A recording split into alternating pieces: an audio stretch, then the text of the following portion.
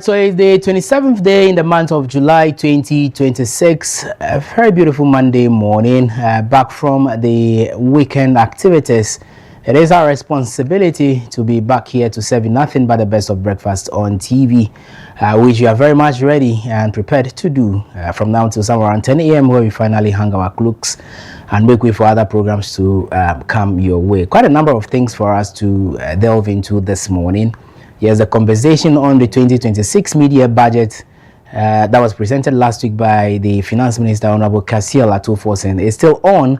I mean, over the weekend, we monitored from all walks of life as people had a lengthy debate on this particular one. While some believe that it's just a mere theatrics, others believe that it is the reality that we are seeing. Indeed, the economy is on a rebound state.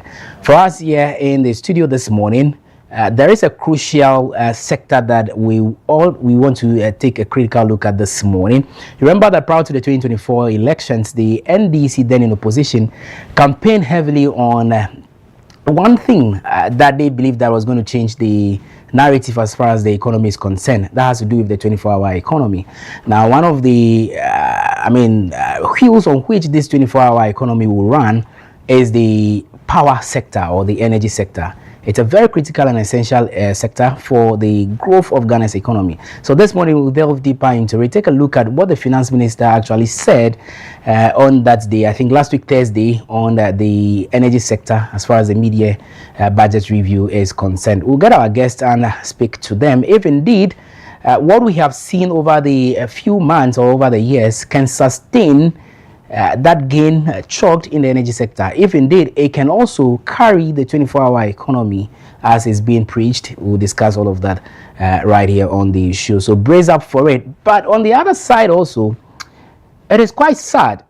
I'm saying sad because if you have been following social media recently, you realize that the FDA together with some other stakeholders clamped down on some water producing companies here in Accra. I mean, specifically in Amasaman, if I got the name right, you know, due to unhygienic conditions. Terrible. I felt so bad. And I told a friend yesterday, anytime I watch the videos, I feel like even throwing up. Quite nasty. I'm sorry. And we'll bring that video onto the screen for you to also take a look at as well. Very disgusting. This is what I'm talking about. This is what we are drinking as a people. So that you hold on to, we'll come back and discuss it. Let me just first of all welcome my co-chefs before we even delve into it. Before then, let's look at what the weather looks like this morning. Currently, the temperature across Accra or Greater Accra is 25 degrees Celsius, partly cloudy. It was drizzling earlier in the morning. Temperature is expected to rise to 28 degrees Celsius later in the day, so it's going to be a bit hot. Prepare as you step out this morning to do your daily activities, but you can never tell. Possibility of rain showers is still around some 11%, not too clear if indeed the rains will come today, but you can never tell. Please prepare as you step out to begin your day as well. Carry an umbrella if you have to, carry a raincoat if you would have to do so as well. But again, issues about thunderstorms, wind here and there. So I advise you this morning, take all the precautionary measures. Avoid the giant billboards. Avoid where there will be trouble once it starts raining. Find a safe haven and hide. It's the best thing you can do in this time and weather. So that is our weather condition for the morning. Motivation is very short and simple. Don't give up. In everything you do, don't give up. Never ever stop doing your best. Never ever stop pushing. Continue to do it. Continue to work on yourself. Continue to change the narrative. Like I always say, mistakes are bound to happen as a human. In every human institution, mistakes are allowed to happen. But let that mistake correct the change the path well for you in developing. If you make that mistake, sit back, take a critical look at the very mistakes that you have committed. Try as much as possible not to repeat the same mistakes over and over again. That is just the best way to go about it. Don't give up. It's as simple as ABC. My co-chefs are in. Let me just welcome them and then we can start off our conversation this morning. To my immediate right is Godfred Amwafu. Godfred, good morning. Good morning, Mr. Haji. Hope you are doing well. Yeah, I'm good. Very well. Your tie is big, oh. Yeah. Where did you get it? One. This one is for Jonas and the people, the guys who have case 5. If you don't have case 5 like me and you are wearing big tie there, like a big man. Yeah. You are repping sea blue. Yeah. Is that sea blue? Yeah. Why? I think we are almost wearing the same color. Yeah, you think? Yeah. Anyway, but how is your weekend? Yeah, I mean, great weekend. It's a weekend of reflection, like you just mentioned. It's something we all kept monitoring how people were responding to the budget. I mean, the media budget and all that. And so, it was a good weekend for me. I roamed about a lot, looking for some new adventures and all that. And so, it was a good weekend for me, Mr. Aji. Okay, I know is it WAFCON? Yeah, WAFCON. Okay, we'll talk about that later. But now is here. Now, good morning. Good morning. How was your weekend as well? My weekend was pretty good. I mean, a lot of rounds and all. But before I even continue about my weekend, let's start from the darker side of life, and let me express my condolence to the good people of Kwabenya and the traditional leaders in Kwabenya. So we lost the Queen Mother of Kwabenya, who happened to be my godmother, Nakokwe Dubate the first. And this morning, I want to extend my condolences to the good people of Kwabenya. I know the traditional rulers there, in fact, and the Greater Accra region at large. And may the soul of our mother rest in peace. And so, over the weekend, I was at Kwabenya for a larger part of the days, and yeah, that was it for the weekend. And also monitoring the whole media budget review. I chanced on a video where one woman was interviewed in the market, and she said deflation was inflation, you know, or no. I mean, she was talking about the inflation, but it was how she went about it to talk about then. Gave some thumbs up and kudos to the finance minister. So that was about it too. And then, yeah, there were a lot of celebrations too around. So, yeah, basically, very well. That was it for my weekend. Very well. Sorry to the deceased family as well. Come and see, the deceased family, I am the head of the family now. Okay. It is my godmother that have died. Okay. So if there's anything, tell me and come with envelope. Please, if you are sending condolences, don't send empty condolences. It's a serious matter. The woman, she's a queen mother. See, and she's been a queen mother for a long time. Okay, over 20 years. So we send donations to Noyo, yes. Okay. Yes, so all donations should be sent to please. Is the family aware you are taking the money? I'm the godmother. What do they mean? Okay. Did they come and announce the funeral? Do they know how much it takes to announce funeral on TV? Okay. I mean, they will, but I'm doing my own. So please bring it to me. If I get that invoice, Jay tells me that I've done LPM right now, I can't get money to pay. Okay. Okay. Very well. Anyway. Oh well, I mean, it is what it is. Oh yeah. It is what it is. It is what it is. Anyway, so guys, let's talk about this issue quickly. I don't know if you guys watched the footage. Salah, maybe you can put back the videos. Godfred, I'll start with you, and we'll activate the phone lines for our viewers to also join and share their thoughts on this particular one. So this is a scene at Amasaman, and according to the story, from what we have gathered, FDA, got a tip-off or whatever, and they posed as buyers, went into the premises, and this is what they brought out. Yeah. This is the water we drink. The sachet water you and I drink randomly on the street. I'll come later to talk about it. But Godfrey, you have also been following this story. You have, I think it started on Friday. We discussed this briefly, and that is even we decide. Yeah. That is we. This is the production room. This is the production room where the water. I hear it is Mamatan or whatever it is called. Mamatan water. Charlie, guys, talk. And we have about thousands of them in this country. Yes. Yes. Lots of them. This is even in Accra. Yes. And this is where the center of action is. But go to other places.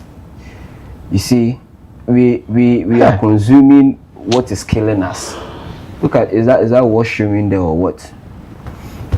We have thousands of them. So FDA must be up and doing. I'm not sure they fetch from this water. This will be the residue after everything. This is where it's come to reside. So people that want water in the area, maybe when there's a shutdown in the water supply, they will come and fetch. And all. So this is more like the waste. Yes, this mostly when you visit these areas, this is what they use as the to actually collect the waste and all that. But it's funny. One, you ask, where do they get the source of the water from? Yeah. Is it from pipe or the underground or what? You can't tell. Look at the environment. Who certified them to produce this water? You go into details and realize that even the name has not been even registered. You understand? And so a lot of fake products are in the market. For that one there, we all know there are a lot of them.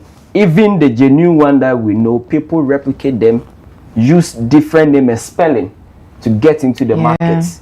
And so if you are to crack down on such things, go around the country and you will find a lot of them in the market. That's why people have special brands they are stick to. You understand? Now others are even moving from sachet water to bottled water because it's not safe anymore. No, but you see, my argument with that is that it is about the production. It's not about how it is sealed, because even the bottled water can also be contaminated. The only thing is that we know some brands that cannot be compromised, and that is why people tend to easily say, I want bottled water.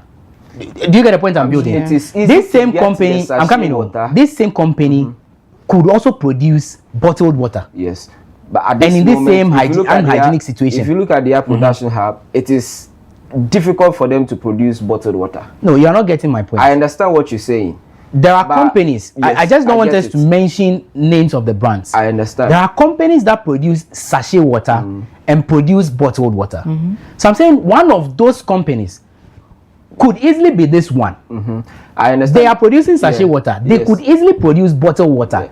So maybe we can look at the very brands that we know cannot be compromised. Exactly. I am forced to mention names, but no. Yeah, there was a time that FDA itself issued a statement about one of the bottled water. Yes, I just now remember if I should mention the name. Yes. So there was a spelling difference. The only difference between the original one and the fake was a spelling. So they brought it out to let us know the difference between the two of them. So you are right. Some can go into the fake production of even the bottled water and all that. So the production, look, like I said, we have thousands of them around the country. I know one that I used to visit in Cape Coast, and if you go there, you go into that production room, there's just one machine, one person sitting down, and you ask yourself, is this really, I mean, certified by FDA to produce water?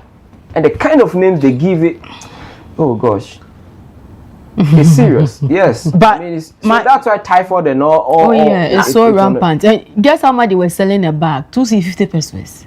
That should even raise an alarm. And people will buy it. I mean, Ghanaians are Ghanaians. Now, it's not about Ghanaians. Ghanaians are Ghanaians. Though. If you go to shop, the best option you have is maybe 1 cedi. The original one we know is being sold at 12 cedis. Yeah. And this is going for 5 cedis. Yeah. Okay. You are forced to buy it. No, I agree. Depending on your cost of living or your standard of living, you are forced to buy it. Yes.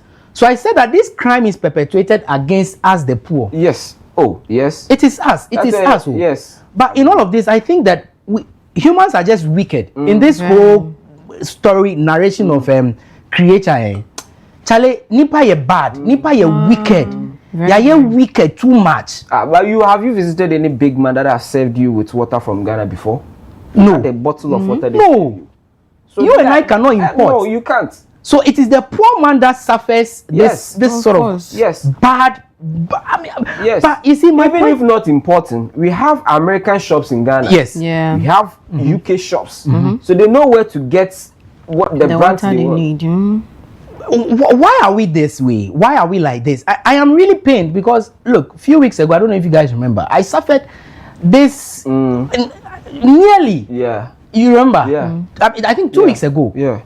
From nowhere, I don't know what exactly I ate or what exactly I drank, but it could be some of these things. It is the poor man. I read from your status cautioning people that you need to be I have suffered it. Yeah, I mean, Charlie, it was terrible. Yeah. Now I am looking at the people in that area. Yeah. I have not been to the European countries or the very developed countries before, but from what I have read, what I have seen, stories I have listened to, what usually happens is that they are more patriotic there, in the sense that if Godfrey is producing this kind of water in Abelemkpe, Randy in this same Abelemkpe vicinity should be able to raise an alarm to the authorities to clamp down on Godfrey. Yeah. But we sit aloof and say, oh, Eyemi Busiani, Eyemi friend, Eyemi way, and then we kill innocent people. And Randy, the another issue is that knowledge gap.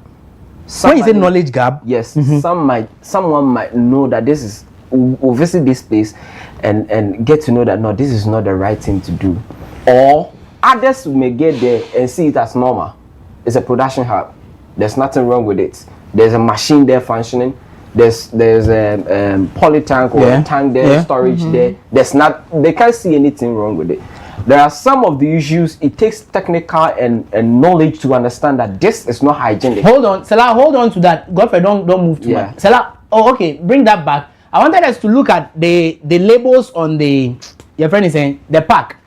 I think it will shock you to know that they have standard number. Exactly, I was going to say that there is serial number. Yes. There is a so-called FDA approved embossment on the pack as well. But ask yourself, look at all this. This serial number is correct. Scan and see. But Godfrey, the point is that just printed. The point is that you and I may be able to look at these things. Yes. But the ordinary truck guy this morning cannot even look at. He doesn't even know what the serial number is. Pardon me. Yes.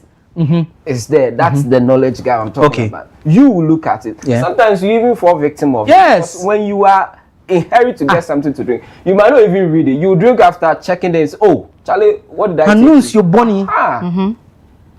Jesus Christ. So that's where they get us. When demand is so high, people don't even check. I mean, they've given you affordable price. Imagine someone comes here selling to you a beautiful car at a rate you can afford. You might not even check the engine and know the strength of it. You just go in for it because it is affordable.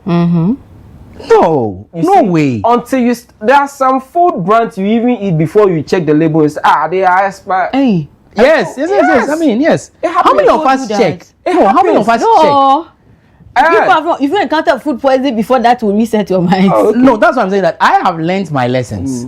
So I am very cautious now. But the ordinary dude out there this morning, the young guy who is carrying some load this morning to get some 2 cedis or 5 cedis, out of that 2 cedis, he needs water to drink. And this water, you get to traffic. And that's where it is being sold. Exactly. Because the car is moving. You just pick it. You are straight.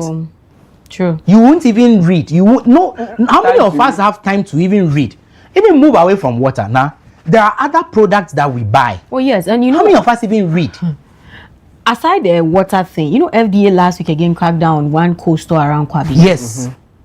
And spoiled meat. It was so bad. And they will sell it. Yeah, they should go to Kasua markets. What is this? They will sell it. Charlie.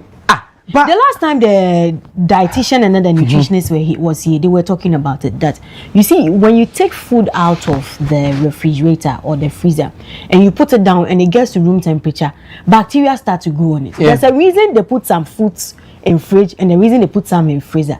So you take it is fish too, perishable food. You take it out of the freezer. And it's like the temperature is kind of so normal. Bacteria will go, they'll put it back into the freezer and you will go and buy it. What are we eating? But now, it's not, even in your own home, if you take food out of the fridge and you leave it for a while, you realize there is some sort of change. And that is why you go and microwave. That's why you reheat or something. You get it. So why ordinarily would you have a cold store that takes away meat stock from the fridge, drop it off, leave it for days? Definitely to get rotten. Definitely flies will hover around it.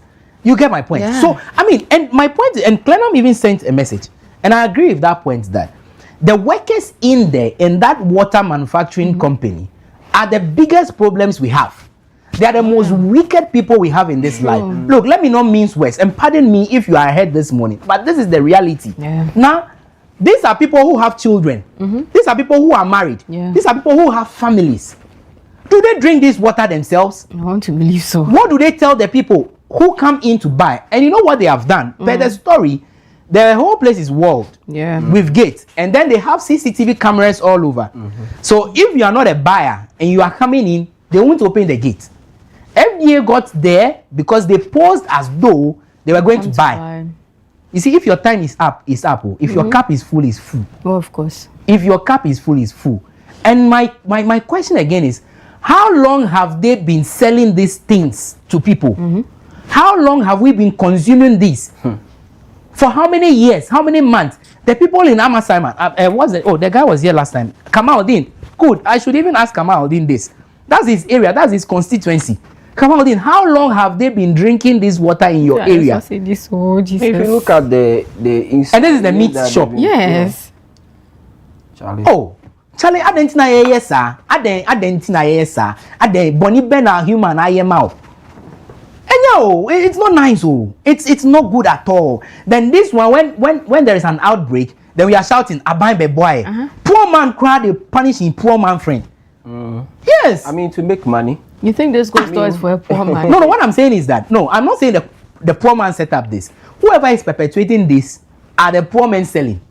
Yeah. The people selling in this shop, are they not poor men? Yeah. Is that not why they are working for somebody? And they are taking like 150, 200. Right, even the owner of this might not be even a rich man. What kind of wickedness is this? Why?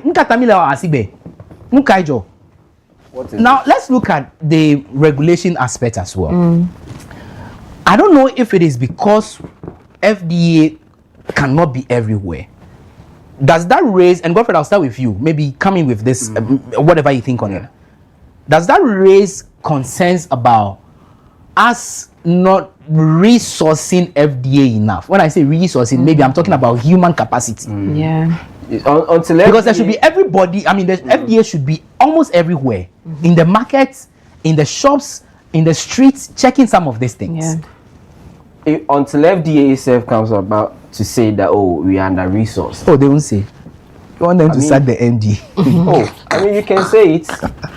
Because I don't know it for a fact that if they are under resourced. Well, I can't make the argument on their behalf. Well, because we know that FDA is everywhere. They have offices in all the regions, all the districts, and all that.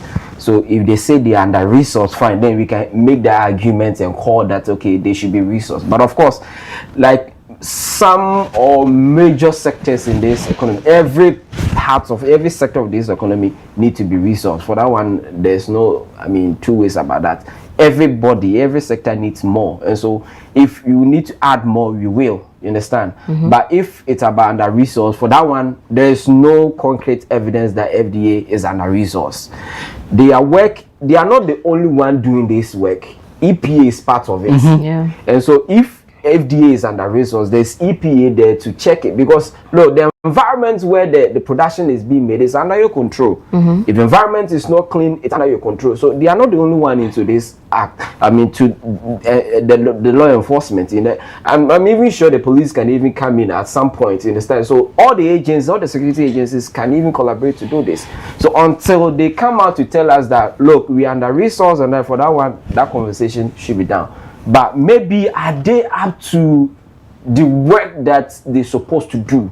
How often do they come around to check? Because you can see maybe in your area, like the last time I had a conversation with the NACO deputy director, he says that there are a lot of things happening in your community you will not know because you don't have the technical eye. Yeah. Maybe even running in your area, there's a production going on, but you might not know. Look at this the water that you just mentioned, it has been fenced, right? Yeah. And you can't get inside to know what is happening in there. You've been passing there for years. You might not know. You've been buying from there. You wouldn't know what they are doing inside. You understand? Yeah. For instance, my pipe has been off for a month. So anytime I close from work, I go to one of these production, I mean, place to fetch water. And when that's how can you know that? That's the way that yes, that's when I got to know, okay, this is the waste water. So that's what you have been fetching to Bafu for the past 1 year. I mean, 1 month. It's serious? Yes. So if they don't open the door for you to enter, you wouldn't know what is happening in there. But it takes those with the technical eye. They can see the product in market and trace it to where it is. That's where I wanted just to go. Yes. And so for that, I mean, well, if they come to say they're under resource, you make that argument for them. But No, when I mention under resource, it's just a guess. Okay. Because that's what we usually hear. That they can't be everywhere. So under resource, that's why I mentioned man capacity. For what I know is even FDA can sit in their office and get to know what is happening on the ground because of the products they want approved. They go on survey. Who approved this? So this is not probably approved, but it's been in the market. Randy, one thing is that the name can be registered because when you go to register your product, yes. I mean, so they might have a registration that will allow you to work. But the environment of production comes under FDA. They have to check. And sometimes you just go with your sample, they look at it, okay, it is approved. Exactly. But when the production is being done, they don't check it. Look, so through their routine checkup or follow-ups, that is when they get to you that this is what you've been doing. Probably FDA must let us know how they certify some of these. How regular, and I'll take it from that angle now. How regular do they do inspections? You have always been in the market as well. I don't know. Randomly, do they come to inspect? Do you see them? Are they all over, or they are always relying on tip-off? Because now, if I am, I have to approve for you to sell this product or that. If I see a fake product in the market, I should be aware. I should know that, oh, I didn't give any approval to this. How often do they come to the market? Okay. So how often? There are a number of reasons. So you mentioned the tip-off. There's a tip-off bit where, say, somebody goes to buy something at the market and realize there's a mishap with it, and perhaps that's a video and post on social media. You find people tagging the FBA. Then maybe they'll reach out to you and they want to know where, and then they come to the market to try and then get some samples of it. That is one. And there's the rapture one. Which one is the rapture? The one that we don't know when, like the way we don't know when Jesus is coming. You'll be there and then you come. So I remember at a point in time where people started complaining of oil sellers adding dyes to palm oil. My mom was there one day and then they just came to the market that they wanted to take samples for testing. So they'll give you a number, and then so the number they give you, they paste the same thing on your bottle of palm oil and take it away. So if they go and test and there's a problem with yours, you'll be there and they'll come and arrest you. People run away from their ways. People left their ways. But my mother always says something that the thing she sells, we also eat it at home. And so if she's adulterating it, something she won't give to her children that she has to give to people to eat. So do her what? If you come and tell her the oil is not real, she'll tell you that is how it came. She won't do anything to it. But there are others that, Randy, my eyes, feely, they will buy the food color, it's in a container. It's a red container. And then so if it's red, the label is red. If it's yellow, the label is yellow. So they will scoop it and then add a bit of the palm oil to it. And then they'll stir it with tapoli. And then they'll pour it in the jerry can of oil, cover it. So don't fetch it today. Don't do the fetching today. They'll leave it maybe to sit, and then the following day they'll come. So you said when they put it in the bottles like that, it is red. So beautiful. And you will go and buy it innocently thinking it's palm oil. Okay, so they do that too. And then sometimes they just, I don't know, maybe it's just, let's just go. So one time, I think earlier in the year, there was this exhibition, I don't know what to call it, there's an event that had vendors all across the country coming to the good park around Accra Mall, and people were paying as much as 10,000 for stands there. And the lady was like, I have taken the money, you to find ways and means to sell and then get your money. People were selling both with small one for 5 cedis there. And you will find all sort of beauty products and things. FDA got there early in the morning because I mean early bird catches the worm, right? So you want to come and pack your wares early and then make your money before the day ends. And it was a one-day thing. FDA got there, and then most of the products that weren't approved by them, they took them away. They got a lot. When they a lot, and more beauty creams and soaps. And I'm like, some of these people, we sat in chemistry class with them and they failed chemistry. Today they are mixing chemicals for us to apply on our body, and we are buying them. You see, so it's a number of things they do. But again, FDA, if you are under resource, just say it. Because you can't always be doing this rapture thing. That will be there and then you appear.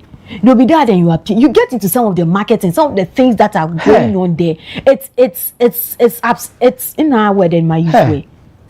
Basao. It's crazy. Let's not go far. Go to Mala Market. You see the tolobi we buy. No tolo beef. Ah, my favorite be that. Tolo beef that they used to do. My favorite be that too. Jesus Christ is Lord. You get to some of the markets. You know, let me use Mala market is what I've seen. Even Wele, Randy, no, like it's bad. I know. Because the smoke it's at the baller. So when you're on the flyover, maybe you're coming from Awoshi into Mala, and you're on the flyover like that, and you look inside the back markets like that, they have a damp site there. And by the damp site, there's always flames. Ask me what they are smoking there. Wele, by the baller. So when they finish smoking the willy there, they will bring it to scrap it. You should see where they scrap it. You should see where they clean the hide. Before now, they come and stock it in water. So for how many days, if buyers have not come, it is in the water like that. With the color? No. That no, when I say color, I mean it's been washed. Yes. So you have the darkness on it, on top of the water. Before they remove it. I've been to the production center before. Ready? I've been to the production center before. It is nauseating to watch sometimes. You see your mom. That's a mother. Yes. I don't know if everybody can be like that. No. What are you serving your people at home? They don't care. What are you serving the populace out there? Is it just to your advantage that you want to make enough money? So profiteering comes in mind. Do you get the point I'm building? Because if not for profiteering, tell me why you add chemicals that will injure me. Why would you even do that? Why would you want to add color to palm oil to make it very red? For me, a layman who doesn't even know anything about these things, I go to the market and buy anything. Look, I bought red oil the last time for beans. Now, the taste was so different from. Why didn't you taste it there before buying it? Oh no, never do that. So I agreed. So that was the mistake on my part. But I'm saying the taste of that oil, no, something was missing.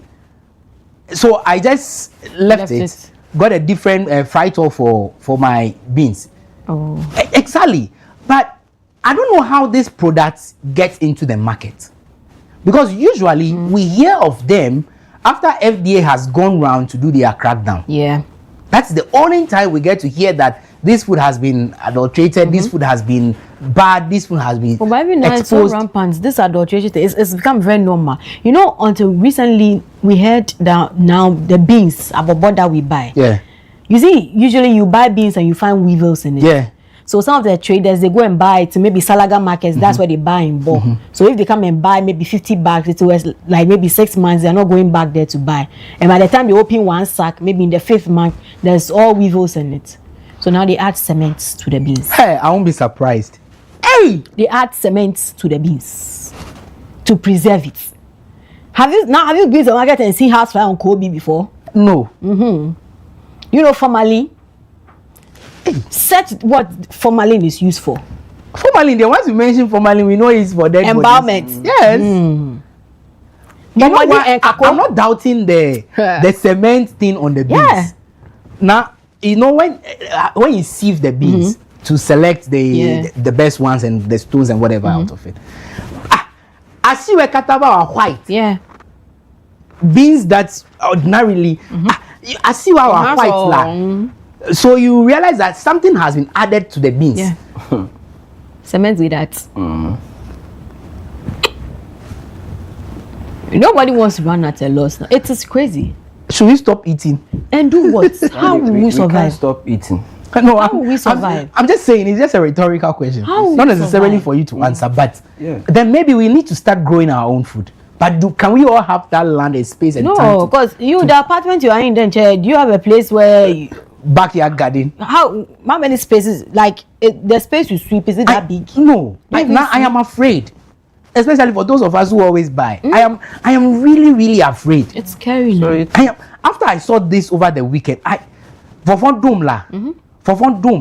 because not all of us can get money and go and buy the bottled water as you are saying. Randy, but you see, I'll tell you, if you can, get a dispenser and then go to this your filling site. So maybe you have you buy 5 or 10.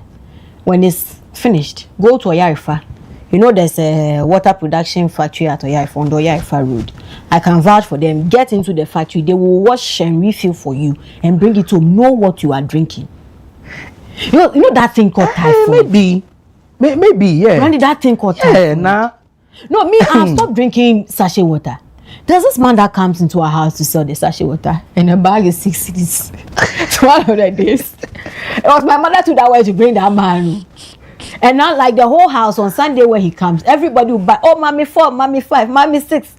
And I'm like, maybe this guy and the way he dresses. So one day I read the water. I saw that they are around Odoko Market. And when they are saying that they are behind Odoko Market, I don't know anything behind that place because it's people that live there. And you know when you get into a waterlogged area, Godfred and Randy. When you get into a waterlogged area, the way the places, that is how that place behind that Odoko Market they were describing on the labeling of the water is. So what kind of water are we drinking?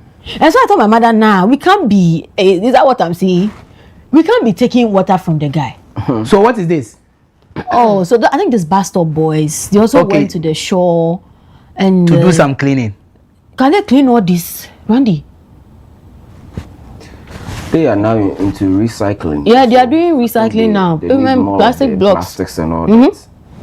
But they are showing us an area where they are. Is this where fish. I know? Is this a Jamestown place? That's fish. Yeah. Drying fish in that. For those of us from the beach side here, we've seen this many times. I mean, and I have asked the question, why do we even dry the fish? Hey! And she not even care.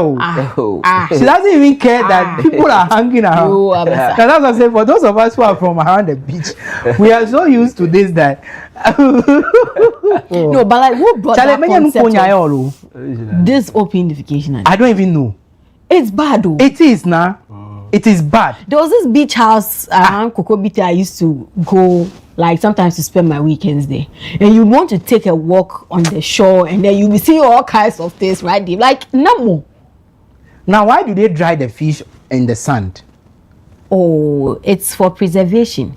The sand is used for preservation. To extract the water. So you know there are a number of preservation. So there's drying which involves the sand, of course, salting and all that. I think no, this one they come to smoke it.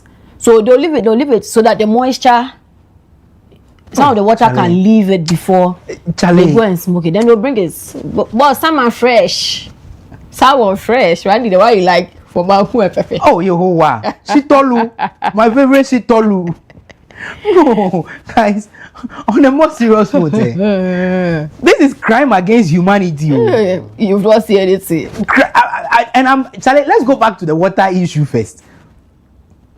Now, how many people have been killed? Lots of them. How many people have been sick? Lots of them. How many people have lost organs? Lots. As a result of this, consuming some of these things. And the funny thing is when you go to shop to buy and you decide not to buy this because that's the only option. You say, what's wrong?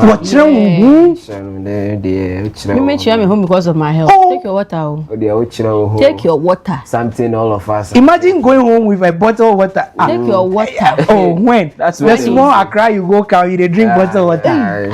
No, I remember. No, Rani, this thing. One of my aunts actually said it one time when we went to Georgia. Charlie, it is my health. No, I remember we went to Georgia one time and then we took the sachet water at home there. It didn't sit down with me and my little brother. Oh, it was bad, like so bad. So my mother didn't have an option. She had to go and get bottled water for us. So one of my aunts came and like started being kind man. The way she was talking, I was like I mean, I had the kind man and then the things that. After but you see, not to downplay the folks that will go with this. The reality is that now my immune system will be different from your immune system. True. In as much as I can withstand it, James know they beat me. I'm just saying, a typical 100% Igbe man. James know they beat me. Somebody say, "They sick pass." You may not necessarily have that sort of immune system. Yeah. So I may drink that water, they may drink that water, and they are very fine. But you will try it, and that very day, you will be in the hospital. But do you even think the strength of your immune system is static it won't reduce. No, it will reduce. So no, it reduces. The fact that you have but that's why you feel sick. And you continue. Yeah. No, I'm just saying that basing the argument of what Nai is saying, that the woman asked, this is baby in Kenya, ma. And usually you get that sort of response. Yeah. Then Suni, you know, you go home and they are serving you water and you take a step back because you want to be very careful. It might be misread, it might be misconstrued. That's why I'm saying that your immune system, I am fine. I mean, I may drink it anyhow, anywhere, and I'll be fine. But you may have. And people don't even understand that change of environment can even exactly the point. Because if I've been taking certain water here and I move to different environments and you are changing it for me, at that moment my body will not even respond or respond in a negative way. Well, it's not used to that new product that is coming into the system. And it happens. Like I always say, I mean, the understanding and knowledge gap is the problem you have in this country. Randy, you are talking about this market, and we always say if the FD officials themselves, they even enter market to buy. And sometimes they may even fall victims of it. They get home and they say that no, they've bought fake products. Understand? You might not even get the time to assess everything in the market to understand whether you are buying fake or real thing. So we need proper market regulation. Yeah. Like you made an example of the foreign countries you made. You will even see an open market like we are seeing in this country. Yeah. Flies all over. Their markets are well regulated. You understand? Chefs. If you are going to the coast store, you know you're going to where you're going to get seafood, everything, frozen food, well regulated, routinely checked to see that this is what my people are consuming. Because the illness and the sickness we are seeing, they are all as a result of what's going into our body. You understand? So if we want to be serious about ourselves as a country, we need to do proper routine check. Because if you, like I said last week, if you leave human beings without regulation, you do what you want. But the regulations are there. It is the enforcement. Yes, I mean, if the regulation is there and there's no enforcement, the enforcement. It is the enforcement. Oh, when you say it is not there, it is there. That is how come they are cracking down on some people. But it is the enforcement, taking the steps to ensure that the people adhere to the rules and regulations. So the crackdown is even the last part of it. Yes, I agree. I agree with you. Who inspected this area? So you mean over this production might be there more than 10 years old? Let's even say, even if it is 1 month. Even if it is, Godfred, let's say even if it is 2 days. It's been in existence. Even if it is 3 days, 4 weeks, or one. I'm saying, even if it is 1 day. It is bad. It is bad. Now, what can look how old your machines are? Like, what is this? I have worked years. in a water company before. Emrose. When I left high school fresh, when we were looking for ways and means to make money, I worked in a water company before. I did 1 day. Yeah, when they only 1 day. I did 1 day. They sacked you. I should go back to class. No, so I was on one of these machines. Yes, one of these machines. So once the water drops, you are packing them into the. So when I saw this video, I'm like, no way. This is not it. Okay, Glenham has made a suggestion, and I think we'll activate the phone lines for our viewers to join in pretty shortly. He says that, look, let's have every market now with an office that will be dedicated to FDA. Okay. Maybe Standards Authority. Any of these agencies, maybe the two of them can manage a small space in the market. Because I know the modern markets that they are building, they have fire posts, they have police posts, they have clinics, they have all kinds of, they have schools and all of that. Can we have a post for FDA and Standards Authority so that, yes, like we are saying, the regulations are there, but it is the enforcement. So you know that this morning the FDA guys are in the market. Once they are reporting directly to the offices in the market. So on daily routines, on daily basis, they do their routines. So they are heavily in the market because the water, of course, the first point of place will be in the market. Yeah. So it is easy to trace and track them with so much ease. And I think I think I support this call. If it can be done, then let's do it. And that's why I say, do we have the numbers? So because FDA, exactly. So that will even be more avenue to create jobs. So jobs, minister, please, if it is doable, let's look at it. Let's consider it. Maybe the market or the district assemblies can do some IGF to pay for some of these things. You can even tax the market. Don't they pay taxes? Yes, those. Normal, yes, 50 please. pesos and 1 city to do. Consumer protection is important too. you see, Randy, we can even create that office, but will not be functional. Why? They will appoint somebody from the community and take his daughter. I know, right? Charlie. And IQ 32 cows for the party. When were you born? Yeah. You see, our system and our mindset is different. Oh, Mr. Aji, it's not easy to but we can never say never. There is always a point to start from. Yeah, but I am happy. Let's applaud the FDA. In as much as we feel they ought to do more and better, let's applaud them. If they had not taken steps, we wouldn't have seen this. But you have mentioned it that there are more of this. So this is the entrance. This is how the place looks. Good, Stella. This is how the place looks like. So the place is gated. You can't have access to the premises. But you see the front view, it looks a bit okay. But you see, look at this part. Okay. Me, when I see those green things, how do we even call them? Run away. Oh. When I see those things, they're like, me, baby. I wanted to show you a mark on my. Hey, no way. Last weekend, eh? No way. No way. Look, ready for market. They're already. These drivers will be arrested first. This driver, the driver, they of work this truck. for them. Yes, I'm saying they work for them. So pick him as well. They have the retailers where they are sending them to directly. They have houses or homes they are sending them to. Oh they my have God. orders they are delivering. Look at this. This will finish. Ready for the market. So they have the market. They already have the market. They have people they are selling them directly to. So but people are even doing it in their rooms. One bedroom with the machine. Hey. Yes, you haven't seen that. They produce water in their room. Just this machine in a room, in a single room. It is just doable. connect pipe to it and they start working. We're ready. Ready, say ready. Well, this machine is about 10,000. Chale menye nkonya ikula, klena amiga konwola. But because you are drinking water that does not be even filtered. And so the water is on the floor like bam like that. No. So this is also another one. Delta 4. I think these people, the water was confiscated, about 1,800 bucks. Okay, so this is different from the Mamatan. Yeah. So like Godfred mentioned, we have lots of them in the market. Some are even producing in their rooms. Hey, ready. They just buy this abobo ya 20,000. Yeah. Get this machine 10,000. 30,000 they start production. The rubber. The rubber for the rubber, no, the machine. I mean the rubber they say. Remember they have shops that they sell it. They go to Circle. They get it plain. Then they go to the printing for you. Tell them maybe everybody should have money. Yeah, maybe so everybody should become rich. They are producing. You see a small compound. Abobo ya filled with a bag of water. They going on supply. That's it. Nobody checks anything. Nothing. I mean. And because you want to beat the system, they say 12 cedis. You say you will not buy the 12 cedis one. And the funny you buy the 2 cedis 50 pesos one. They will pick existing brand. And replicate it. So you want a certain brand, a name, and the spelling either OO, they will make it 1O. If it's a footballer, they will use a basketball player. Something. How will my mother be able to read it? That is my point, and that is why I'm saying that it is the vulnerable of the vulnerables that will suffer this. It is our children who will suffer this. Honestly, talking about the thing of replicating existing brands, there was one conversation that popped up some time ago that, so you see these known brands people would always want to buy from.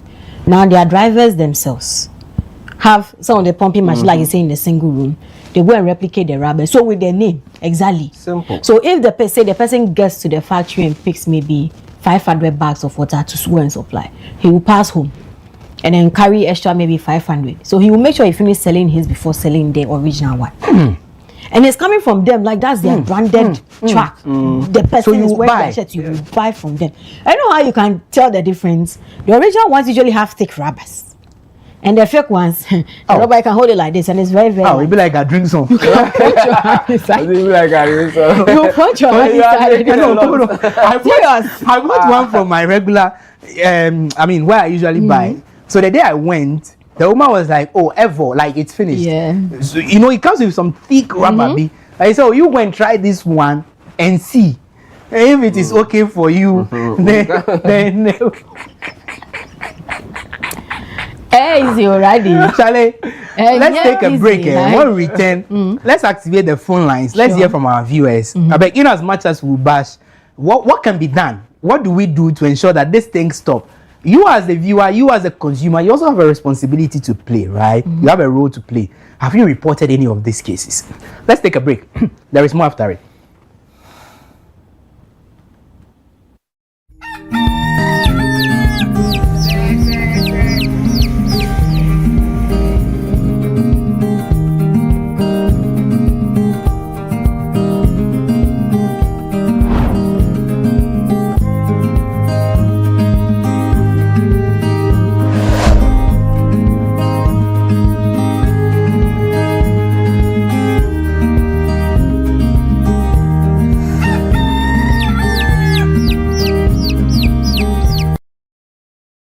And there they are. The squad is ready, lined up, ice cold, focused and prepared for national duty. Every bottle in position, every label shining with confidence. And here comes the selection. One bottle steps forward, picked from the squad, ready to deliver for Ghana. He takes the first sip. Oh yes, refreshingly hydrating. The whistle goes. The Black Stars are on the move. He breaks through the defense like flowing water. Beautiful control. He lines it up. He strikes. Goal! Ghana is awake. From the fridge to the field, Awake keeps you refreshed. Awake purified drinking water. One for life. Proudly supporting the National Cardiothoracic Center. This advert is FDA approved.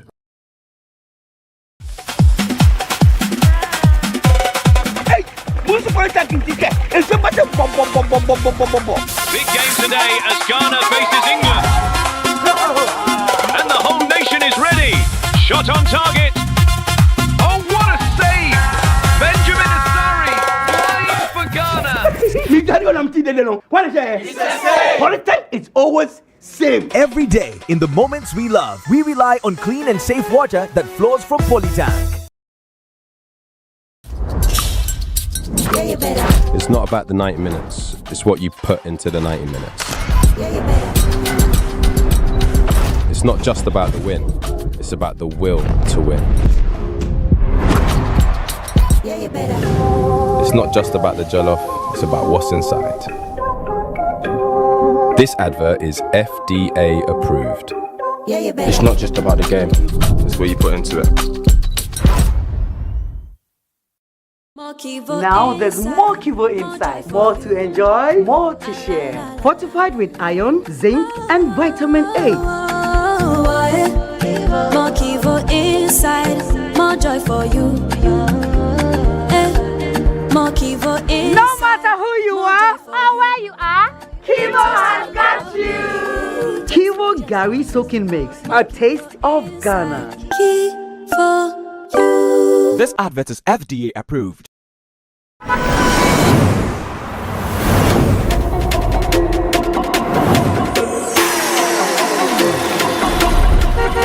30 years ago, MTN arrived in Ghana and everything changed. It's time to celebrate you big time. The MTN at 30 promo is here.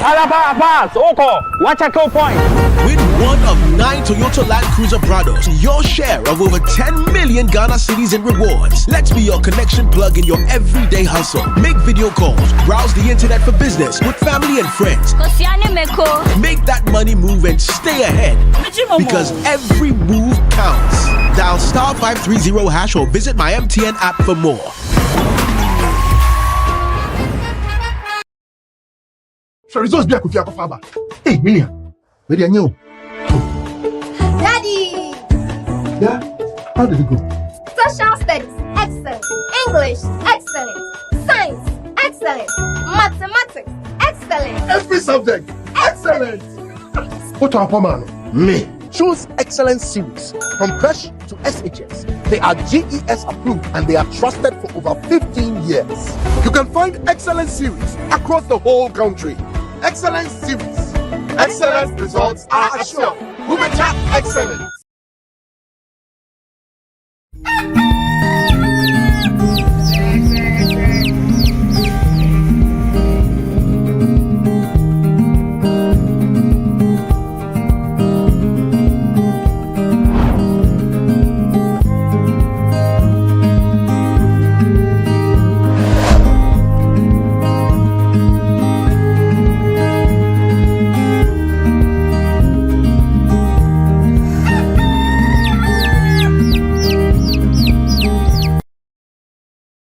Welcome back. Many thanks for still staying with us right here on WoezorTV. This is the WoezorTV Breakfast Cafe.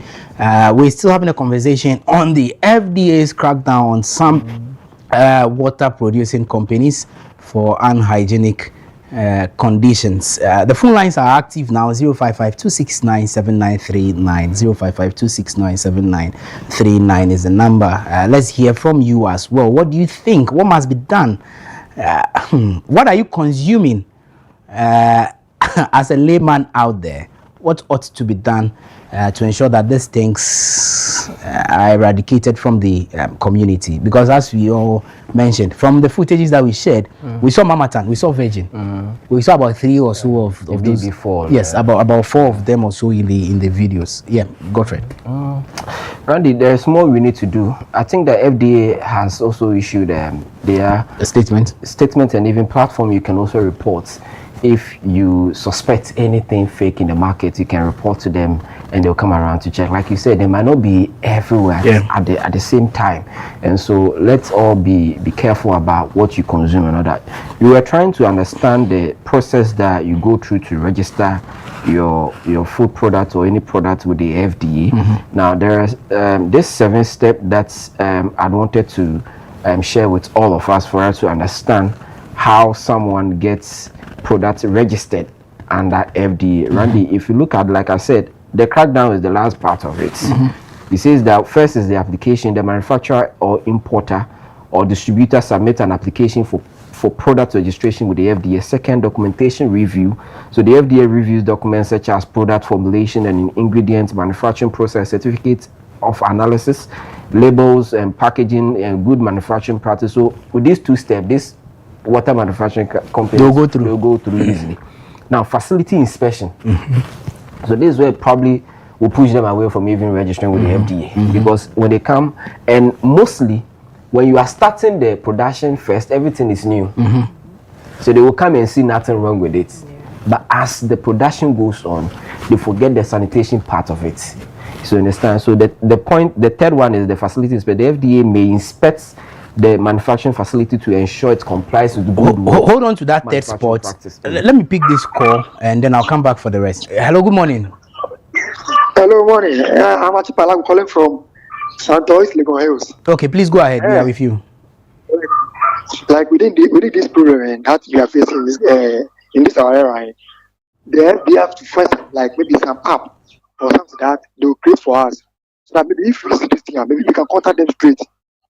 You get me? Hello. Yeah, hello. I'm with you. Yeah. That's what I mean. The FDA must find some app for us so that maybe if we see maybe this thing going on, we just do what contact or we just maybe take a screenshot of something, then send it to them, and then we just give them a location. They will come. Very well. That's how. Very well. Thank you. Thank you so much. I think FDA has they have an app, right? Yes. But you see, it is one thing having it. It is one thing using it. You see, how many people even know there is an app? See something, say something. Suspects fake or poor. So the app is here. Yeah, but what I'm saying is that yes, we have an app. But if you don't advertise the app, the layman like Achu or so called will not know. Yeah. You have done an app and you are sitting on the app. I had to go to the app page to know to see it exactly. How many of us randomly pick phones and then we are surfing for FDA app? For what? For what? I'm sorry. Hello, good morning. Yeah, good morning. Boss, please, your name and where are you calling us from? My name is Al and I'm speaking from Takrade. You? Hello? Yeah, hello, we are with you. Let's hear you. Yeah, okay. With the issue of the FDA on our food that we consume, I may say actually the bigger problem is from the FDA. To me personally, actually, when you come to the regional towns, you might see the FDA not being active. And then we shouldn't limit this to only our drinking waters. Let's go to the food vendors as well. Sometimes you step in town and then you see where these food vendors actually make their food. My brother, you not even be happy to eat food in your entire life. And sometimes, me personally, I did an engagement with one somebody here in the Western region, and I asked her that, do they go around to inspect all these places that they cook for us? Do they go to their kitchen to see what they used to prepare their food for us? They told me that no, they don't have a unit for that. And with this water manufacturing companies too, sometimes, let's say in the Western region, like maybe I want to start a water production, and then I sent my staff to them in the Western. They will tell me that they don't have the lab to test whether my water is good or not. So they have to send everything to Accra. And then the manufacturers also see that, okay, that cost that I will put in conveying my staff from here to Accra for those inspection and other stuff. Why wouldn't I carry on after all? I've been to the adopters and they tell me that I have to go to Accra. So I think the government have to equip the FDA very well and then make sure that they are effective. They should be going around to inspect what people are giving out in the market for us to buy. Thank you. Alvin, thank you so much for speaking to us. And I think Alvin has raised a very important point that, so for instance, you have somebody in the hinterland who wants to produce water. There is no proper FDA office. The nearest is like 3 miles and 3 hours away, 4 hours away. Of course, you deter the person from going. I don't know if you I understand. Think so, they can even tell you once you've submitted it, you can start production. Yes, because you've already invested it. Where you come back with your result and all that. It happens. Hey, Charlie, there's nothing money can hello, good morning. Country. Yeah, good morning. Boss, your name and where are you calling us from? Please, my name is David Duncan. I'm talking from Tamale. Let's hear you. Please, you have to tell the FDA people to be very careful in our community. Especially in Sabulugu, where we are. There are a lot of... David. Sorry, please call back. Yes, he was giving us a story about Salaga, right? He said Salaga or Sabulugu. Yes, Sabulugu. Okay. So, I mean, like, that's what we want to hear. What's the situation like in your locality? Do you have similar stories? Let's share. And as I mentioned, that we need to be citizens. When President Akufo-Addo said, let's be citizens, it's not as though it was just sounding partisan. This is where we need to be citizens. So if you see Godfrey producing fake water, bad water in an unhygienic area, you have to raise an alarm. Poisonous water. If you are illegally mining, it is my responsibility to report you. Yes. If you are breaking somebody's door, it is my responsibility to report you. They are telling us that if I see an illegal migrant, we need to protect our kidneys by drinking water. Now the water is we are drinking is even good. Now you see, I was thinking we could even get a medical officer to speak to, but maybe we'll roll over to another day on this conversation. You see, very important issue you have raised. Okay, there is a caller. Sorry. Good morning. Morning, Pacho. Your friend David Abekata Tamale. Okay, David. One samba. Yeah. Twaso. Pacho, that meeting was obviously your friend is Sabulugu. I want Tamale. Now, Uber said so it's to the crowd. You, Obia Solana to Mexicano, be a water factory. Obia Solana Mexicano, be a water factory. As a Wait, a choice I will network no how one. And yo, but Bibia now yeti. Why yeti pa? So he's saying that everybody in Zabulugu wants to open a water business. Yes, like I said, it's rampant to Randy. You just need about 40,000 or 30,000 to start. You're good to go. In their one corner porch. Okay. Just connect to pipe and then go back to the points you were talking about. Yes. We did 3. So let's look at the rest. That is the facility inspection. They will come to inspect and all that. Like I said, because the place or the facility is new. Oh, Godfrey, you have to hold on. Okay. You have to hold on. Hello, good morning. Good morning. Oh, please lower the volume on your TV set, or please walk away from it, please. I beg you. Please, give the opportunity to somebody else. We beg. There are other callers, please. Please, when you call, don't listen to yourself via the TV. Let's speak through the phone. If it's a telephone, listen to it through it. If it's a mobile phone, still the same. Lower the volume on your TV set so that we don't do, hello, can you hear me? Hello. No, it takes time and it delays the show. So please, when you call, just walk a little bit away from the TV set or lower the volume to the minimal level so that we can speak through the phone. Why? Yepamucho. All right. Thank you. Good morning. Good morning. Boss, your name and where are you calling us from? My name is Isaac. I'm calling from Liberia camp. Hello? Yeah, okay, let's hear you. I've been following your program for a while, like 2 in the morning, and I realized that your colleague, the lady, made a very important submission regarding prices and then how it affects these problems that we are facing. For example, if the government is regulating prices of these water production companies, I believe that we will all solicit for our water at one point so that everybody won't be doing anything they want just to make money. Because if I'm a layman and I'm working and my money is not enough to buy water 15 cedis per bag, I'll just look for the one that is convenient to my pocket. So I'll just go in for those ones that are not good and in a way will also affect my health. And the second point that I want to make is regarding the FDA. My brother made a submission that the earlier caller made a submission concerning the government equipping the FDA in our rural areas to be able to check all these things. But how visible is that doing a long term? Because our maintenance culture is very bad in this country, and we know that we put money into these things, and to maintain them for a long period is going to be a problem.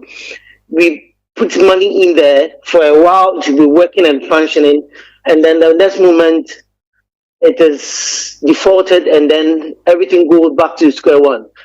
So if we can change the mindset we have about maintenance culture in this country, government won't have any doubt putting or equipping our various industries to be able to work for us in a way that we also want. And then the pricing factor should also be looked at so that we all know that there is one particular price in the market, and then we all will go in for that one, and then everybody will be happy and we'll all stay healthy in this country. Thank you. I think you've made a very good point. It has to do with pricing. His is that yes, because if we all know the average price is 10 cedis, and I mean it's between 10 and 12, why would I settle for 2 cedis 50 pesos, a whole pure water bag? You can still drink fake. Oh yeah. No, pricing does not necessarily mean that. No, it doesn't. Yeah. But the point he's building is that if you are buying 10 cedis, if you are willing to give out 10 cedis, then you should look out for the best. Yes. Do you get the point I'm building? So if like you mentioned, the original ones that we know, the very known ones are around 12 cedis. If I can, then I won't settle for these ones. Yeah. Because I look out for, and I was telling you guys that it'd be like a buy fake. The texture of the rubber should be a first thing for me to look out for. If it is that light, question mark be one. Good morning. Good morning. Good morning, Randy. Yes, boss. Your name and where are you calling us from? Godwin, Randy. Godwin. Lucky. Yeah, Randy. Mofanola, Randy. Lucky, Nyola Domlo. Takpela. Maduna, to always. I want a good submission. Go for a panel Sokata. Akpana, Mauna, Nyola, Dogagagawam. I am your Madunia, the Baba, what are you, Majuta Madugano, Asia? Yo. Aha, and Shipanya. I let the first year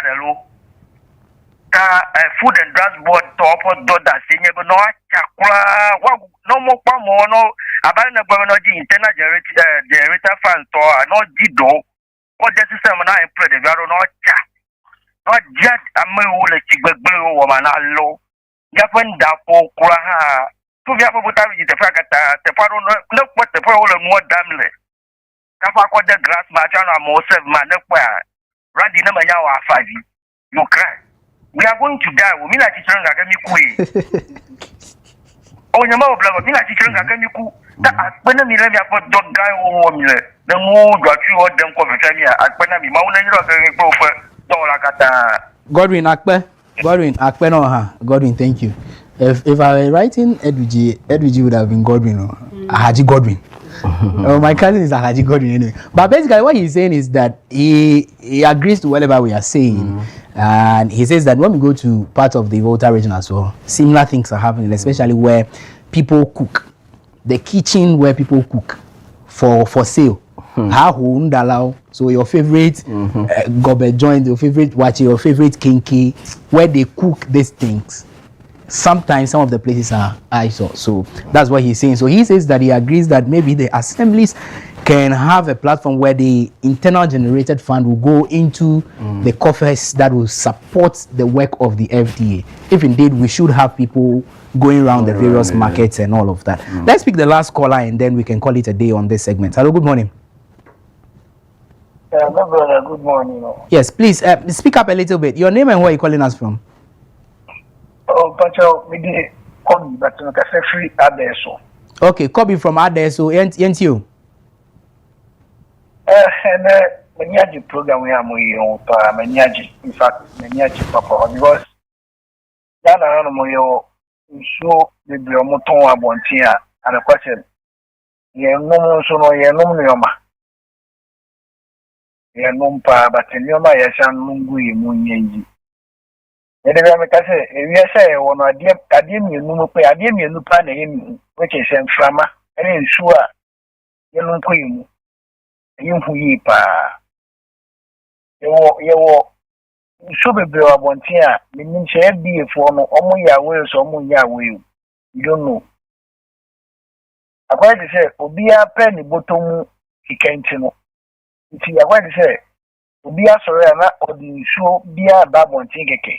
Ke nkofo ebe entom no. Ebe sere MD for sa yakoso no ekunkofo but akwa de say yehuye nsu nkofo no nkom mu no ane how are they bro mu no ye how ketwa ti ebe sere mu a mu kebi ye no mu aso ebe tuli afom so a ebe kebi ebe boam ti ye sere mu muntu na mo mai right. Yeah, that's it. Yeah, that's it. I got lost along the line. What did he say? You can summarize. So he is also saying like what you're saying. He says he likes what you're doing, the discussion so far. He is placing emphasis on what you're taking, like water and the air. He says the most precious thing that you need to be careful about, and also calling on the FDA to do more, as we are also putting out there that they need to do more of the surveillance and all that. So this is the FDA app. Okay.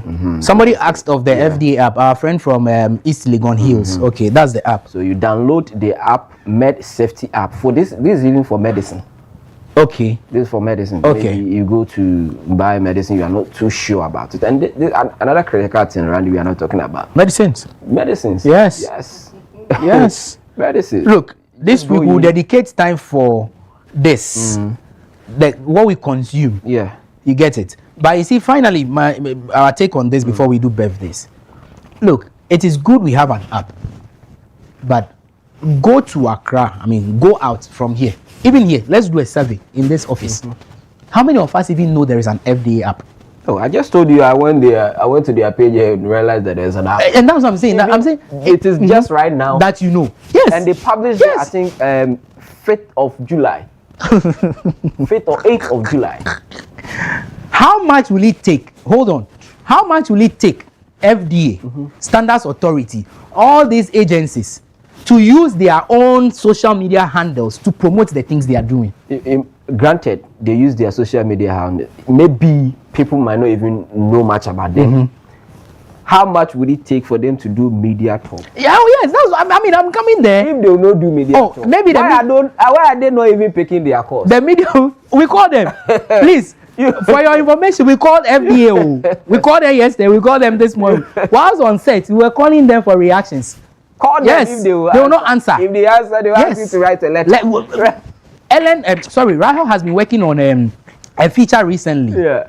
The number of letters we have written for them to make an input. These are some of the things. As if we are seeking a visa to UK or Belarus. They tell you write letter. We give you the platform for free. Free. educate Ghana. Look at the number of people that are calling. Which due process? Which due process? We are saying that, okay, we are WoezorTV. Just bring the advert. We are not even charging you. Just come.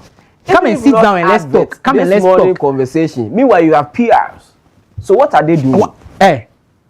You just give us 5 minutes. Sit down. Explain things to people. It's okay.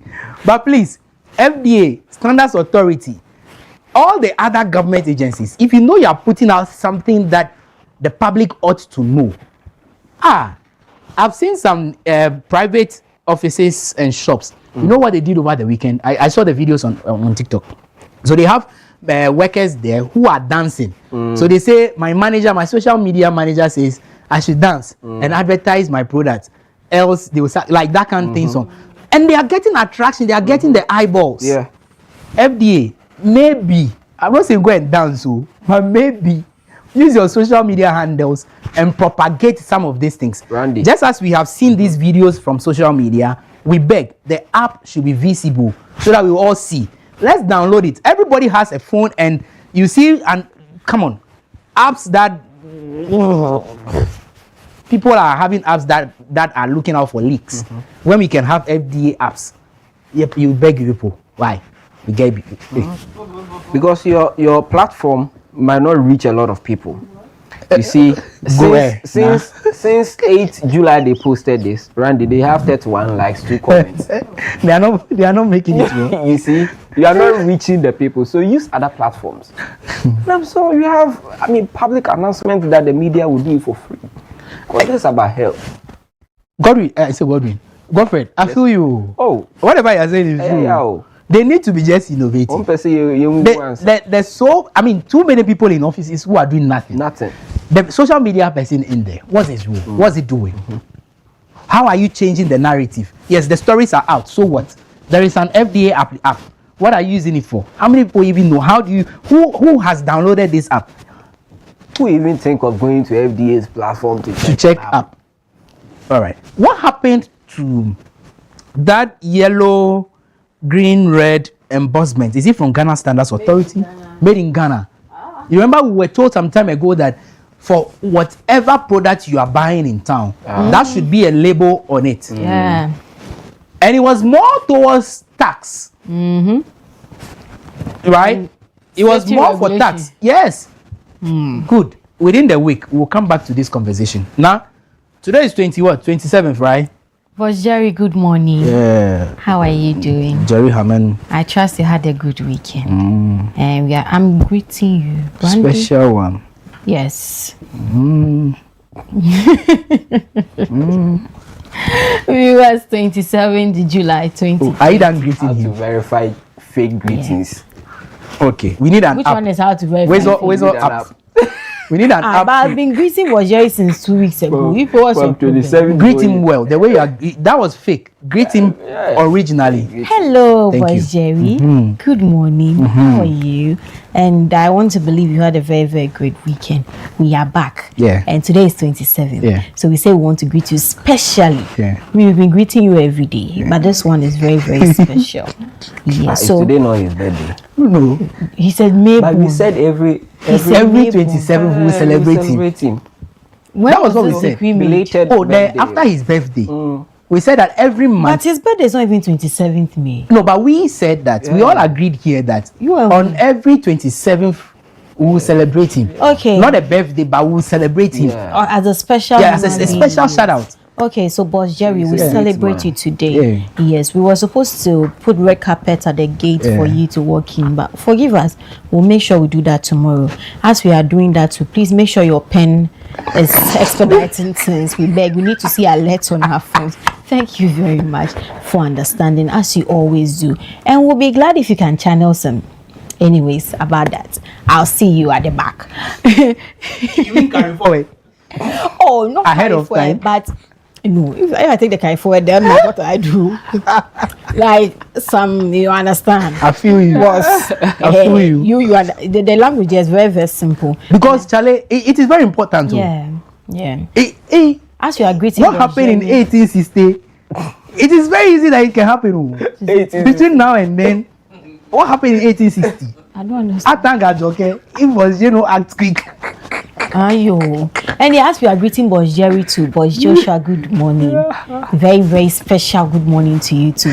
It's been a while I greeted you. And today I said I want to greet you specially and have a great week, have a blessed week, have a very, very productive week. This is from your special employee to you, okay? We love you so much. So let's get into our list of celebrants real quick. And coming back from the weekend, let's celebrate some belated birthdays this morning here on the WoezorTV Breakfast Cafe. And so to begin with, let's see who we are celebrating this morning here on the WoezorTV Breakfast Cafe. Susan, okay, Susie Daplan, it's a belated happy birthday to you. Okay, Duplan, belated happy birthday to you, and may this year be a blessed year for you. May it be a beautiful year and an amazing one for you. Enjoy your year. Have a great year, Susie Duplan. And this is coming from Motion Kev here at WoezorTV to you. And there's a parasite here, Godfred. I'm happy to say I should add you. She's my former mate. Oh, okay. Yeah. Right. So. Interesting. So Susie, belated happy birthday to you. Away from her, let's see who we are celebrating again this morning. To my ever amazing bright Nana Kwesi Amenin, belated happy birthday to you. Have a great year, have a blessed year, have an amazing year. Thank you for being that great big brother to me. And yeah, Bright is with Metro TV. So yeah, Bright, belated happy birthday to you. Have a great one. Away from him, let's see who we are celebrating again this morning. To the Director of Innovation and Research at NEIP, Caspar Kampuli, belated happy birthday to you, big bro. Have a blessed year, have a great year, have an amazing year. May this year be a blessed one for you, an amazing year. Maybe, yeah, everything you've prayed and wished for may be your portion in this year and beyond. Enjoy your year, Caspar Kampuli. Away from him, let's see who we are celebrating again. Davida Ado, belated happy birthday to you too, Davida Ado. And may this year be a great year for you. A super amazing one. And this is coming from your loved ones to you. That's why I said belated happy birthday to one of the most elegant and hopeful big woman in the world. Your personality always sets you above your environment. Keep excelling and be prosperous. So belated happy birthday to you, Davida Ado. Away from her, who are we celebrating here again this morning? Minister Kofi Kakari, belated happy birthday to you, man of God. We thank God so much for your life, and we thank God for all that is using you for. May this year be a blessed year for you. May it be an amazing year. Enjoy your year, and yes, belated happy birthday to you from the entire WoezorTV family. Wish you a great year. Away from him, let's see who we are celebrating again this morning. To my lovely sister Priscilla Amu Adi, belated happy birthday to you, Equia. And I want to say I love you so much. May this new year bring you lots of God's blessings. May all your wishes and all your prayers come to pass. And may the lives fall in pleasant places for you. Bigger opportunities, bigger doors for you this year. And yes, cheers to a bigger and better year. Priscilla Amu Adi, belated happy birthday to you. Away from here, let's see who we are celebrating again this morning. Okay, so let's quickly get into our list of celebrants for today and see who we are celebrating this morning here on the WoezorTV Breakfast Cafe. Dorcas Adepa, it's your birthday today. Happy birthday to you, Dorcas Adepa. And this is coming from Gentle Giant Oye to you. He says, happy birthday, Dorcas Adepa, another daughter of Pastor Stephen. You effortlessly brighten every room and make every moment even more special. On your special day, I wish you endless joy, good health, success, and all the beautiful things your heart desire. May this new year of your life be filled with exploits, victories, and countless reasons to smile. I love you, sweet damsel, and happy birthday to you, Dorcas Adepa. Away from Dorcas, let's see who we are celebrating again this morning. Okay, so Ellie Klim Alonyeji, it's your birthday today. Happy birthday to you, Ellie Klim Alonyeji. This is coming from Boss Jerry here at WoezorTV to you. He says that may God's grace and favor be with you this year. So enjoy your year, have a great one, and yes, cheers to a bigger and better year, Ellie Klim Alonyeji. This is coming from Boss Jerry here at WoezorTV to you. Away from here, who are we celebrating again this morning? To Elder Jacob JC, big bro, happy birthday to you. From Bride, from B, and the rest of us, we all wish you a great year, a blessed year, an amazing one filled with lots of God's blessing here. So yeah, have a great year, have an amazing one, Elder Jacob JC, and enjoy your year. And this is a special notable birthday to the Vice Chancellor of the University of Professional Studies, Professor John Kweku Mensah Mawuto. It's your birthday today, sir, Professor John Kweku Mensah Mawuto. Have a great year.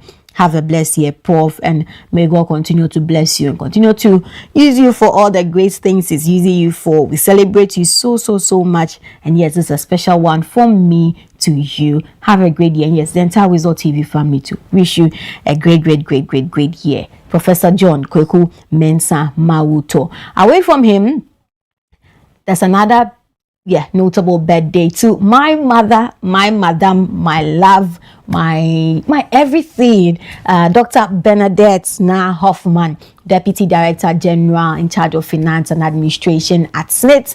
Be happy birthday to you, Mama. I love you so much, and may this year be a great year for you, an amazing year, a splendid year, beautiful year. We pray for lots of God's blessing, good health, peace of mind, and victory in all that you do. This is to a bigger and better new year. And may the Lord continue to bless you for all that you do for us, for myself, Estella, and the rest of us. We all wish you a great year. So yeah, have a great one, Dr. Bernadette Na Hoffman. We love you so much. Happy birthday to you. So that would be a wrap. Some birthdays this morning here on the WoezorTV Breakfast Cafe. Please do all to keep your wishes coming in to our WhatsApp number 055-269-7939, 055-269-7939. Let's share in your special day and that of your loved ones. We take a quick break. We'll be right back with more.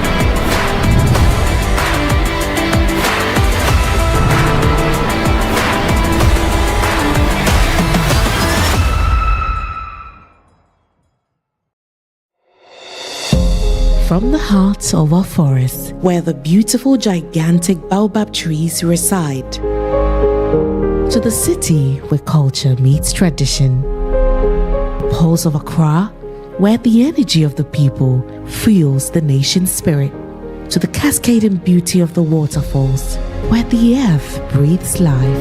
Perla natural mineral water, purity comes from nature.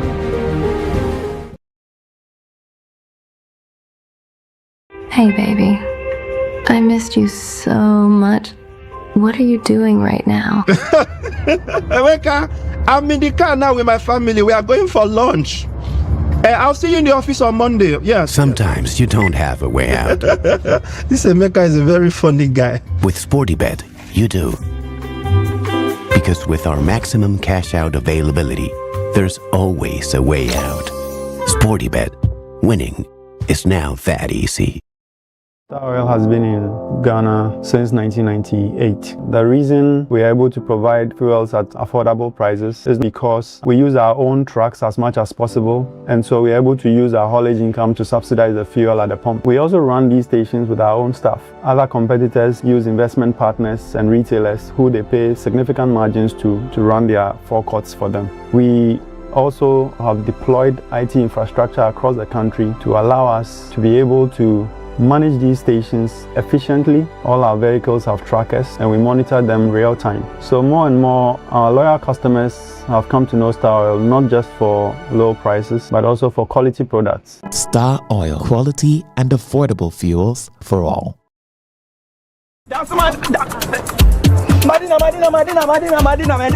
Madina. Sentuntum say wunna ma deju me ma wonsa. Efrema bema Daniel ba Maunsa Sentuntum amwa sumuda maunsa. That shall not fly. Having black mosquito wear. Heaven insecticide spray. Eye sham. Nesansu kumwa wotu any omo ria nyina. Heaven dear. FDA achi edrede krato yatum. Your flight is ready to leave. Sit back and relax and enjoy the flight.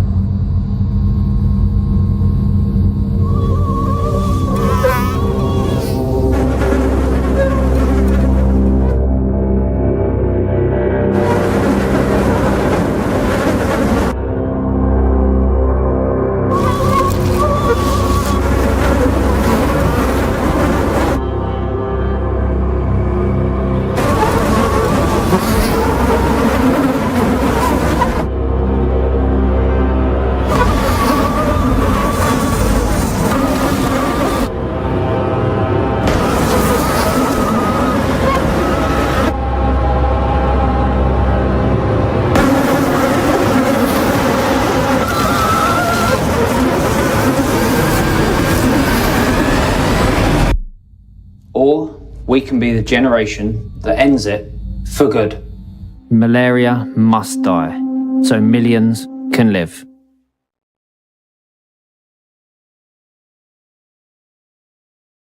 Only a father can understand. Only a husband can understand. Only a man can understand. Prostate cancer. It's about more than fear of cancer. It's about fear of losing urinary control and sexual function. That's why more men turn to Jackson South for robotic surgery than anywhere else in South Florida.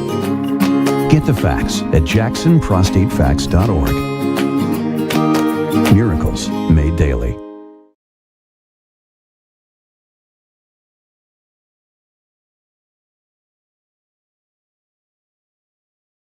Gentlemen, I've got some bad news and some good news. Okay, the bad news is that your chances of getting prostate cancer are now just 7 to 1. In fact, prostate cancer is killing one man every single hour of the day in this country. Imagine that, one every hour of the day. But the good news is, we're forming a team to stop that clock. Men United. It's time men united together to fight prostate cancer, the way women have united against breast cancer. We need to get together and find a cure, as well as better ways to care for the 250,000 prostate cancer sufferers out there. Please, get on side and join us in the fight. Men United versus prostate cancer. We can win this.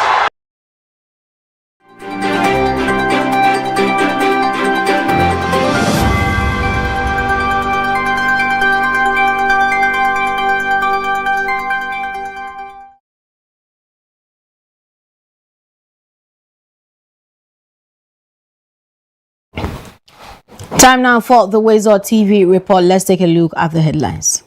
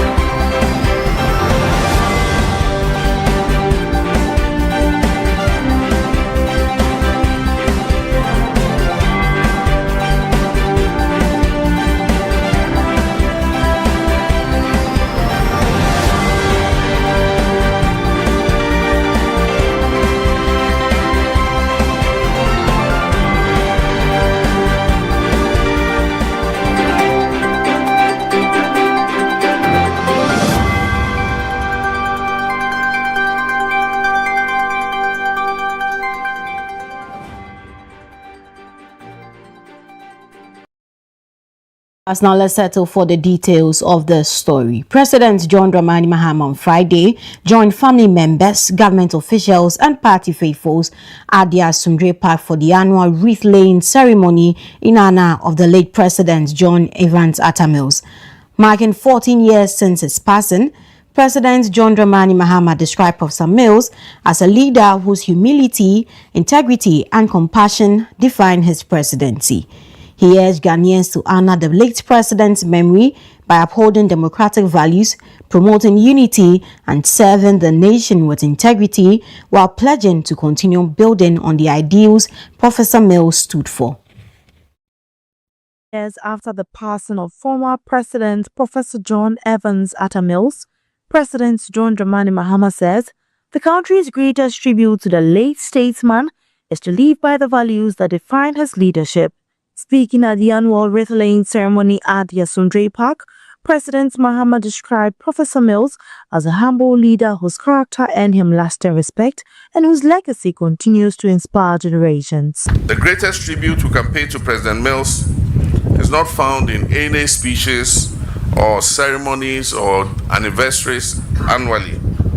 The greatest tribute we can pay to him lies in our commitment to the principles that he cherished and lived for, and that is integrity in public life, respect for democratic institutions, tolerance of different views, compassion for the vulnerable, and an unwavering belief that Ghana's progress must benefit each and every one of its citizens.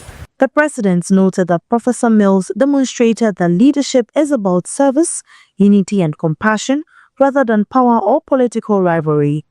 He also reflected on their time working together, describing the late president as a thoughtful leader who listened more than he spoke and always placed the welfare of ordinary Ghanaians first. His dream of a peaceful, just, and prosperous Ghana remains a work in progress. And I pledge to the memory of Professor Mills, President Mills, that I shall continue to walk in the footsteps that he left. Professor Mills' dream now belongs to all of us, and we must continue to work to fulfill that dream. The commemoration, organized by the National Democratic Congress in collaboration with the GEA Mills Memorial Heritage, was attended by Speaker of Parliament Alban Sumana Kingsford Backbend, Chief of Staff Julius Deborah, Ministers of State, Members of Parliament, members of the Council of State, traditional leaders, the clergy, and other dignitaries. President Mahama expressed appreciation to former First Lady Mrs. Ernestina Nadu Mills and the Mills family for sharing with the nation a leader whose life continues to inspire generations of Ghanaians. Reporting from the Asundre Park for WoezorTV, Belinda Anand Kwanza. Now, away from that, President of Gabon, Brice Clotaire Oligui Nguema, will pay a 3-day official visit to Ghana from July 28 to 30 at the invitation of President John Dramani Mahama. The visit is expected to deepen bilateral relations, with the two leaders holding talks at the Jubilee House on cooperation in trade, investment, mining, energy, agriculture, education, defense, and climate action. President Oligui Nguema will be accompanied by high-level delegation of ministers, senior government officials, and members of the Gabonese business community.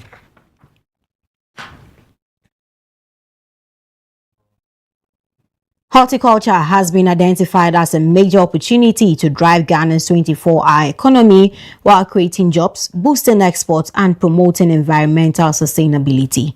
The 2026 Ghana Garden and Flower theme, class show theme Green Means Beauty, Business and More will take place from September 12 to 21 at the Ifwa Sunderland Children's Park in Accra.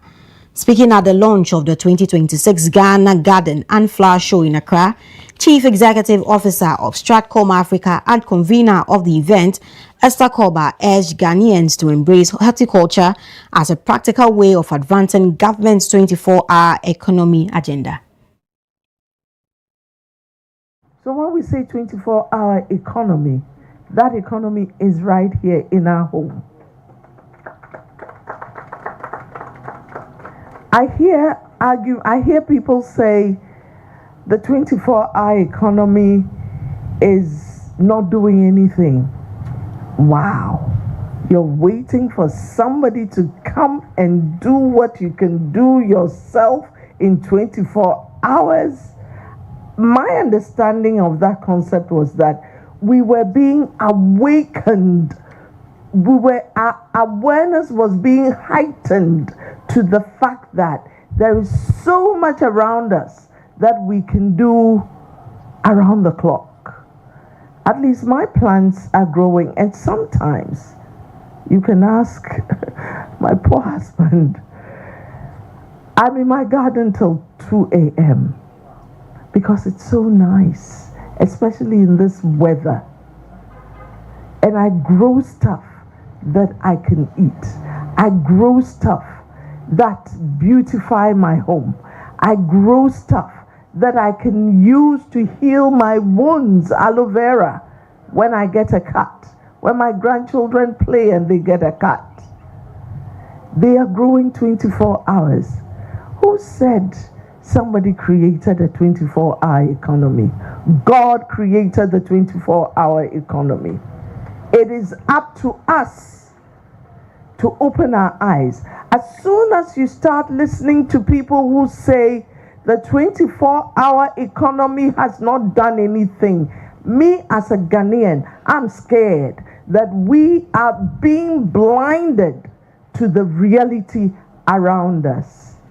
Presidential advisor and special aide to the president, Joyce Bar Mukhtari, also described the green economy as a key driver of sustainable development, saying investments in environmentally responsible businesses can create jobs, spur innovation, and improve livelihoods.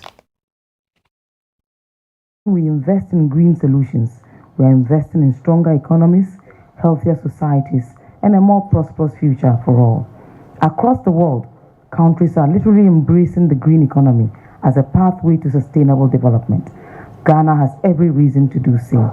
We're endowed with rich biodiversity, a vibrant agricultural sector, and an increasingly innovative young private sector, capable of creating better opportunities through environmentally responsible enterprises. This is why we need to support initiatives such as the Ghana Garden and Flower Show. They inspire a greater appreciation for our natural environment while bringing together government, businesses, development partners, civil society, and citizens to build a greener and more prosperous future. Away from that, the Flood Mitigation Task Force has begun phased dredging, desilting, and demolition exercise across parts of Accra to restore waterways and reduce the risk of flooding. The operation started at New England, Tessa Dam in East Legon, and Oyarifa, where illegal structures built along waterways and poorly engineered bridges are being removed. Authorities also began dredging heavily silted drains and dams to improve the free flow of stormwater.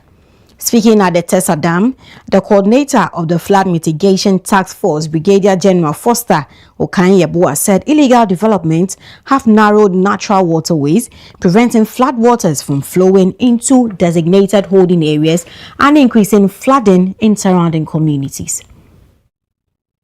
So, if you remember, after the floods, the president gave a directive that we should take some measures to mitigate future floods. So, as a result, we did some reconnaissance and identified areas where people had built in waterways. And this is one such area. This is the Tessa Dam area. So, we are demolishing structures in this dam area to open up the place for some dredging works to be carried out. And then from here we'll move to other places where such an action needs to be taken. Okay. So how is the encroachment contributing to flooding in this area and in the little region? Which areas were affected as a result of the encroachment within this area? Okay, so the problem is that because people have filled this place, the channel is narrow. So the water is not able to get enough space to maneuver to, well, there's a holding area downstream where water is supposed to be collected, but because they filled that whole place, the place is not able to take up water. So once the place is blocked, the water pushes upwards and the place gets flooded. Okay. So after this demolition, what's going to be next? We are going to collect the debris. We are going to dredge and make sure that we create a buffer where people can no longer go. But we are going to ask the assemblies to be watching out so that when anyone tries to encroach upon it, action is taken immediately. Okay. We are told you've been to other areas as well, Oja River, and then Oja River, Abokobi, Amra here, Damfa, Dansuman area, Malam, where we have a huge refuse dump. Those are areas that we are looking at in our next move. Okay. But which areas did you visit yesterday? I'm told. Now, the Minister for Works, Housing and Water Resources, Kenneth Gilbert Ajay, says the silting of drains across the country will become a year-round exercise under a directive from President Mahama. According to the minister, the ongoing demolition and dredging campaign is not a one-off intervention, but part of a continuous national flood mitigation program aimed at ensuring waterways remain clear throughout the year. You know, we have a dam right here, that's the Pesa Dam, and we need to have even a buffer beside the dam.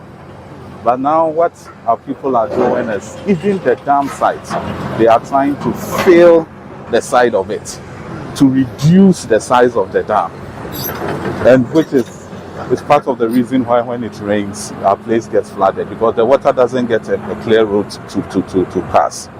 So now what we're doing is, when we clear this side, because this side where we are standing now is supposed to be part of the dam, and it's being filled by people and being sold out as land to people to come and build. So now with this demolition, then now we will dredge the whole place to open up the dam well, so that when it rains, the water will get a place to settle, and that will help resolve these floods that we have within this East Legon enclave. We understand this will be replicated in other areas as well. Yes, we're from here. Yesterday we started from opposite around Chadu. Yeah. So we did some few demolitions there. We went to behind Adenta to also do some demolitions there. And then some few places too within East Legon too. Yesterday we did some demolitions. Okay. And we will be moving to other areas. How hopeful are you that this demolition and dredging exercises would mitigate the flooding situation? Yes, excellent. Now, away from that, the Minister for Foreign Affairs has announced the continuation of the next phase of evacuations for Ghanaians living in South Africa following xenophobic attacks targeting migrants. The exercise, which began on Sunday, July 26, is expected to evacuate about 1,000 Ghanaians in batches. The first group of evacuees arrived in Accra on Sunday, with additional arrivals expected today, Monday, July 27. According to the ministry, priority is being given to women, children, the elderly, persons with medical conditions, and students. The evacuation is initially covering Ghanaians who have already registered with Ghana's High Commission in Pretoria for voluntary return. The government says emergency consular services have been reactivated to support affected citizens and has urged Ghanaians in South Africa to remain calm, avoid areas of unrest, and cooperate fully with officials to ensure a safe and orderly evacuation. Time now for some international news.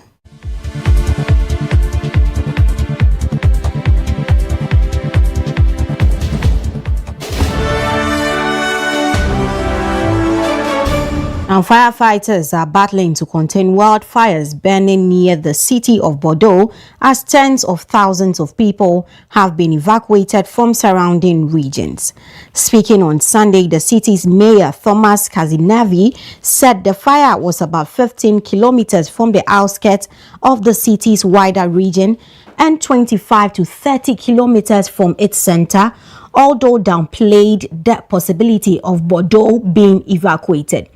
Overnight into Sunday, about 55,000 people were evacuated from villages to the south of the city in Gironde region, famed for its vineyards. Wildfires have raged across Europe over the past week, primarily France and Spain, where more than 330,000 people have been evacuated. France has been worse affected with an area of 42,000 hectares burnt, making it one of the largest forest fires since World War II. About 98,000 hectares have been burnt across the country since the start of the year. In total, more than 220,000 people have been evacuated in the southwest of the country. Now this brings us to the end of the WoezorTV report. Many thanks for staying with us. I am Karen Naoyukwoti.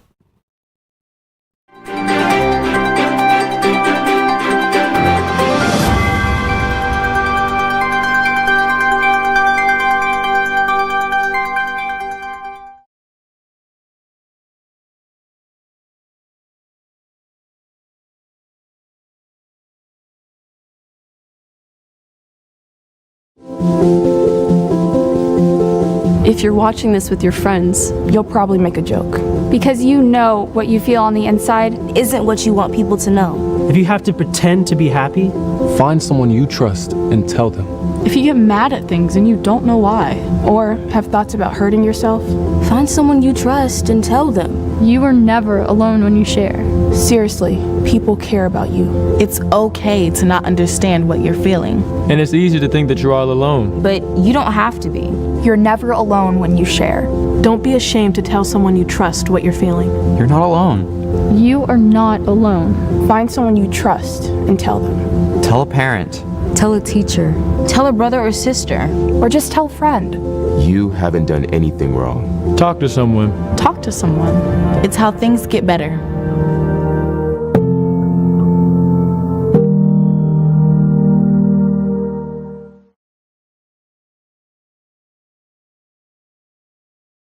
Only a father can understand.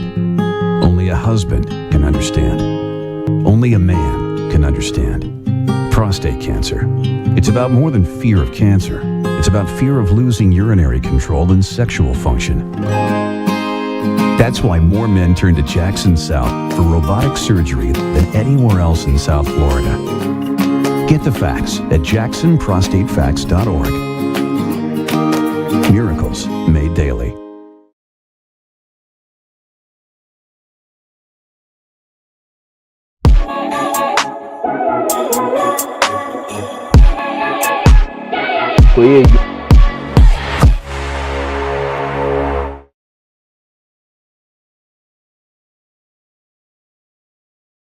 Welcome back for Sports Update on the Breakfast Cafe. My name is Godfred Amuafo. Let's start from Scotland, where the Commonwealth Games 2026 is taking shape.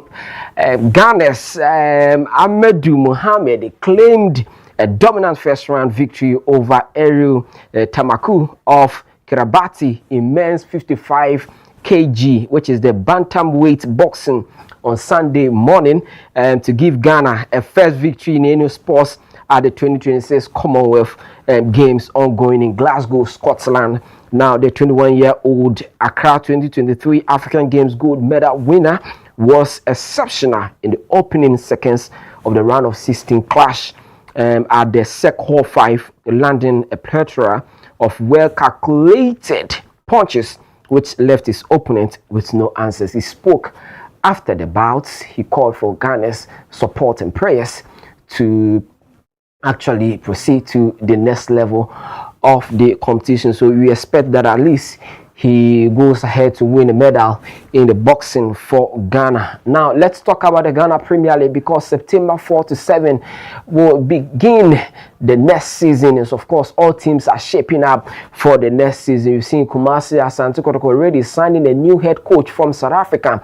And so people were looking up to their rivals, Accra folk, who are in the capital. And over the weekend, they also announced a new signing of head coach, who is in the person of Nebosha Kapo. Now, this coach has been in Ghana for a while. He is going to lead the Accra folk as the new head coach on 2-year contract. Now, the appointment follows what the club describes as an extensive recruitment process aimed at restoring the Phobians to domestic and continental prominence. the UEFA license coach is no stranger to Ghanaian football, having previously managed the Youth, Bechem United, and Mediama Sporting Club. Hart says Kapos tactical expertise, attacking philosophy, and commitment to discipline and youth development align with the club's long-term vision. The club says the appointment marks the first of several technical additions expected in the coming weeks as preparations intensify for the new season. Across the folk getting ready for the season. We've already given you the schedule for the 2026-2027 seasons. Of course, they're also getting ready for the Premier League. But then let's talk about women's football and move straight to Morocco. That is where the WAFCON 2026 is taking shape. You've seen the openness between Morocco and then Kenya. Again, yesterday, Senegal and Algeria played as the first game for that tournament. That game ended 2-0 victory in favor of Algeria. Senegal had no answers to the attacking strength of Algeria, suffering that 2-0 defeat in the hands of the North Africans to give them that beautiful start of the tournament. Yeah, let's have a look at the highlights of that game as Algeria beat Senegal in that encounter in the first game of their campaign. North African country Algeria picking that win for themselves in the ongoing 2026 WAFCON in Morocco. But of course, the host nation Morocco also managed to beat Kenya by 4-0 in that game. A heavy victory for the Moroccan side. You shouldn't forget that this is not the only tournament Morocco is hosting when it comes to the major competitions. After this, they have the Youth World Cup to host as part of it. Then again, the 2030 World Cup. So this country is actually shaping themselves when it comes to football and other sporting disciplines. We will have the highlight for you pretty shortly. Morocco beating Kenya by 4-0 in their opening game of the tournament. Today's games, we are going to see South Africa taking on Tanzania at 5 p.m. and Ivory Coast also taking on Burkina Faso at 8 p.m. Ghana will play on Wednesday, and so we are on standby, still processing the team and ensuring that any issue or any information concerning their preparation for their first game will be brought to you. They will be playing their first game against Cape Verde, and so you will get you all updates from that side as well. Let's talk about Anthony Joshua, because he returned to the ring after that incident in Nigeria. Now, it's been a while you heard of him, but then he was also preparing behind the scenes to bounce back in the ring, and he did that over the weekend, precisely picking up a win over Christian Prenga in the second round of their heavyweight contest in Jeddah, Saudi Arabia. Joshua was knocked down just 20 seconds into the fight, raising doubt over his chances and prospects of long-awaited all-British clash with Tyson Fury. And however, the former two-time world champion recovered strongly, surviving another knockdown before producing a stunning comeback. The 36-year-old responded with a dominant display, flooring Prenga before securing a second-round knockout victory in one of the most dramatic fights of his career. The victory revives talks of a potential bout between Joshua and Fury, although Joshua's performance has sparked fresh debate about how competitive such contest will be. It's a wrap for sports, and I'm Godfred Amuafo.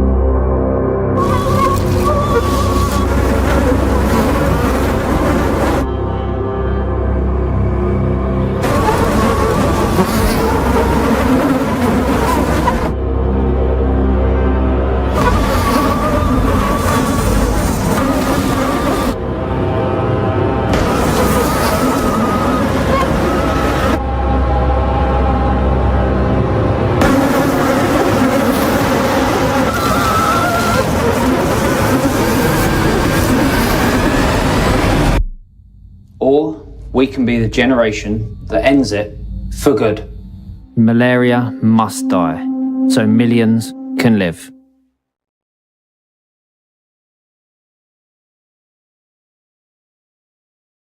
Gentlemen, I've got some bad news and some good news. Okay, the bad news is that your chances of getting prostate cancer are now just 7 to 1. In fact, prostate cancer is killing one man every single hour of the day in this country. Imagine that, one every hour of the day. But the good news is, we're forming a team to stop that clock. Men United. It's time men united together to fight prostate cancer, the way women have united against breast cancer. We need to get together and find a cure, as well as better ways to care for the 250,000 prostate cancer sufferers out there. Please, get on side and join us in the fight. Men United versus prostate cancer. We can win this.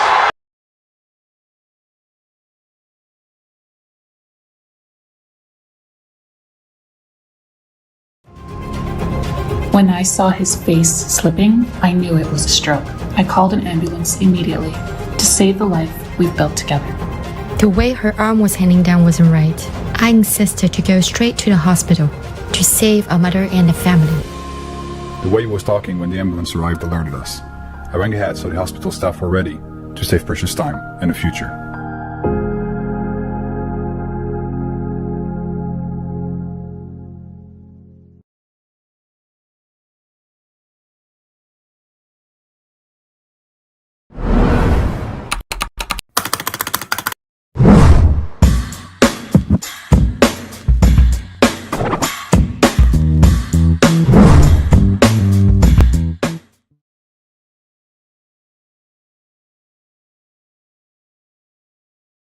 And welcome back from the quick break. You're still watching the WoezorTV Breakfast Cafe. I am Evergreen Asantwa, and this is the entertainment updates. Now let's look at today's headlines.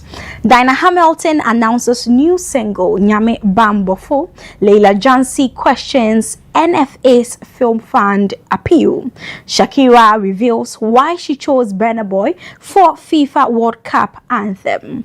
Kiki Palmer, Pedro Pascal, and Lewin to receive Hollywood Walk of Fame stars. David Johnson takes up the Black Panther mantle. And now to the details of these stories. Award-winning gospel musician Dinah Hamilton has announced the release of her new single, Nyame Bambofo, God the Protector. The song will be available on all major streaming platforms on July 31, with Dinah describing it as a message of God's protection and faithfulness. She has also called on fans to support the release through prayer.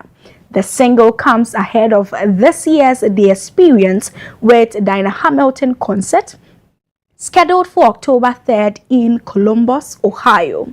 Fans are expecting another uplifting worship anthem from one of Ghana's most celebrated gospel artists. So yes, Nyame Bambofo will be hitting our music platforms very soon, just the last day of this month, July. So make sure you're marking your calendars to hear, listen, and have a feel of this awakening experience. You know, I'm trying to link it to that of Dinah Hamilton's awake experience. Let's also not forget that if you find yourself in Columbus, Ohio, she's also doing the Experience with Dinah Hamilton concert also there. Find more details and do well to go and worship with our very favorite Ghanaian musician, which is Diana Hamilton. Now let's talk about film.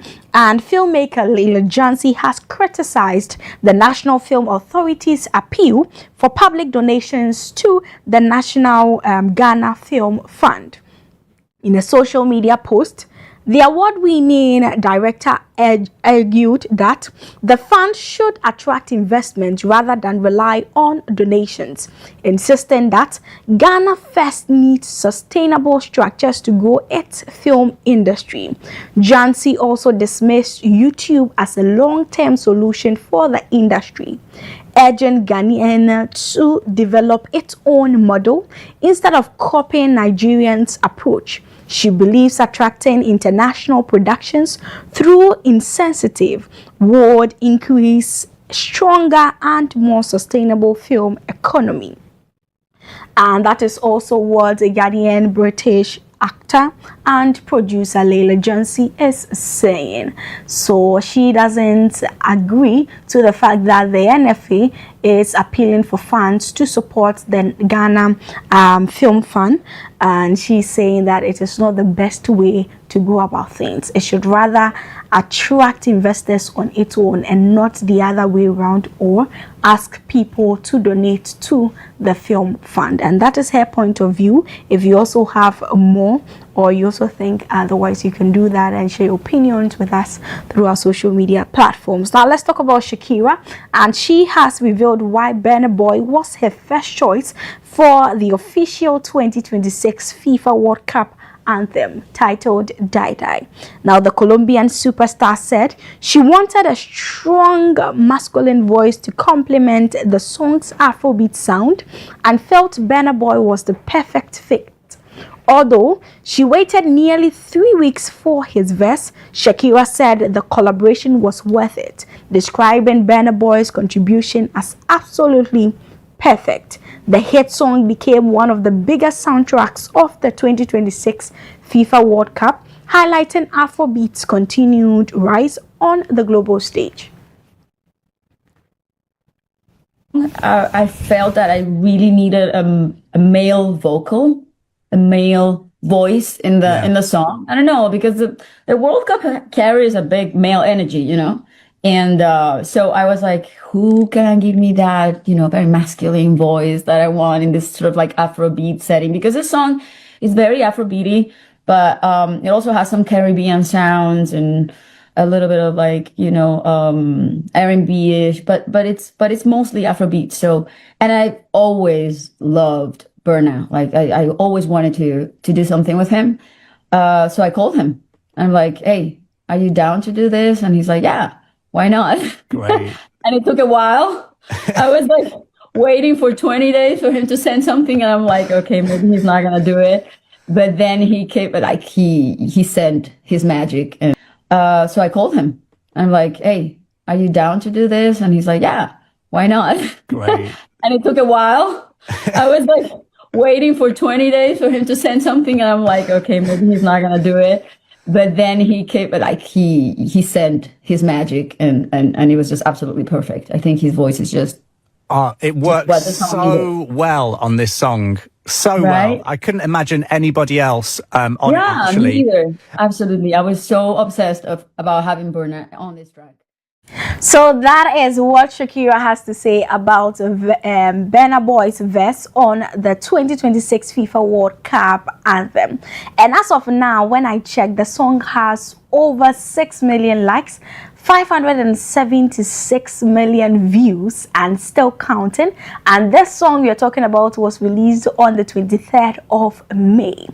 And it's been doing incredibly well throughout the entire FIFA celebration. We all know that people were enjoying the soundtrack, celebrating every win with the 2026 FIFA World Cup anthem, and I absolutely love that for Burna Boy and also Shakira. This was one of the biggest songs in the 2026 FIFA World Cup history. Now let's talk about something that is about to happen with the Hollywood Walk of Fame. And the Hollywood Walk of Fame has unveiled the 8th class of 2027 list, and guess who is on there? We have several entertainment heavyweights set to receive the stars, and among the honorees are Keke Palmer, Pedro Pascal, Lisa Kudrow, Idris Elba, Lewin, Linkin Park, and Karol G, sisters Dakota and Elle Fanning, will also make history as the first sibling duo to receive a joint star ceremony. The annual honor recognizes outstanding contributions across film, television, music, and entertainment. And I have that of Keke Palmer's reaction when she received a call that she is going to be a part of the 2027 Hollywood Walk of Fame class. To win! What? That's crazy. Oh my gosh, that's crazy. That's so cool. The kids are going to love that. That's insane. It's winning. So yes, as of now, the post that I've seen on social media, apart from some 1 or 2 messages, people acknowledging the fact that they're honored, excited to be a part of the 2027 class. Kiki had a whole video to it, and that was her reaction. Absolutely amazing, and you could tell that she's excited, very, very happy about it, and I can't wait to see how it goes, God willing, next year. And I love this for all the people on the list. So it's a long list, so when you have time, you can take your time and see if your favorite is on the list. Now let's talk about a major casting in Marvel, and David Johnson, who is a British actor, has officially been announced as the new lead of Black Panther 3.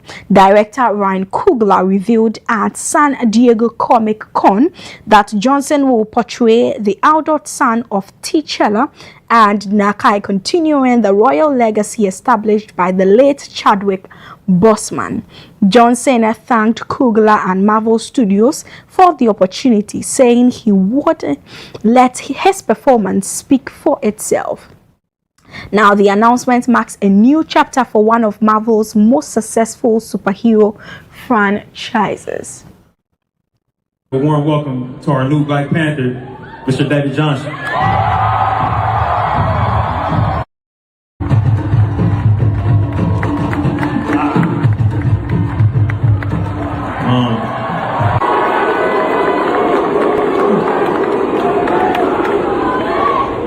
I want to say thank you so much. Thank you, Ryan. Thank you, Kevin. Thank you to this amazing family that I have the honor and the privilege and the blessing to join. I actually don't want to say too much because I want to let this screen do the talking. You know what, let's not get it twisted, because I know that there's a whole hula balloon on social media. People are debating, people are talking about the fact that, I mean, we're all anticipating someone else, right? And when I say someone else, I know for a fact that you know who we're talking about.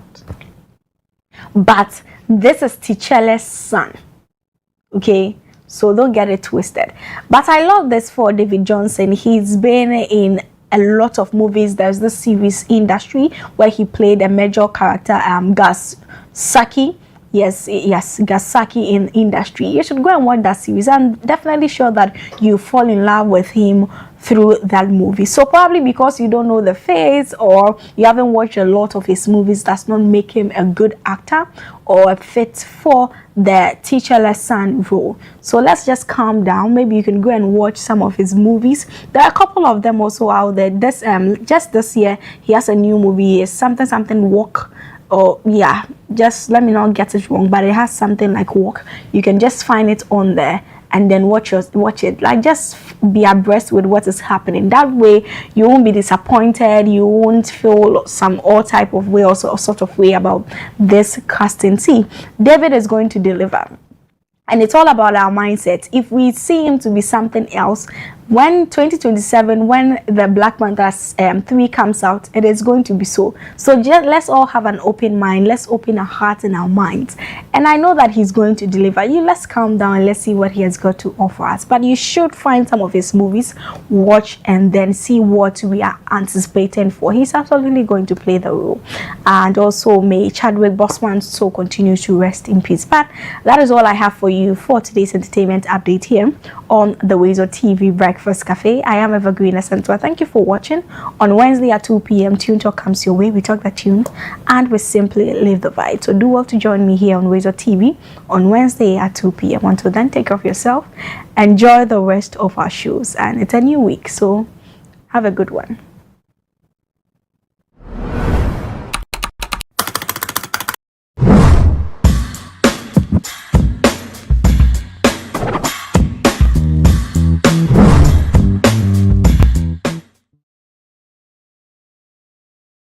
Okay, next one. Sit down. Look to camera. This is what it looks like to be exceptional. to stand out from the crowd, to make history. But what if women didn't have to be exceptional? What if they didn't have to be the first, the best, or the only woman? What if being a female engineer wasn't remarkable? What if women and men could compete as equals?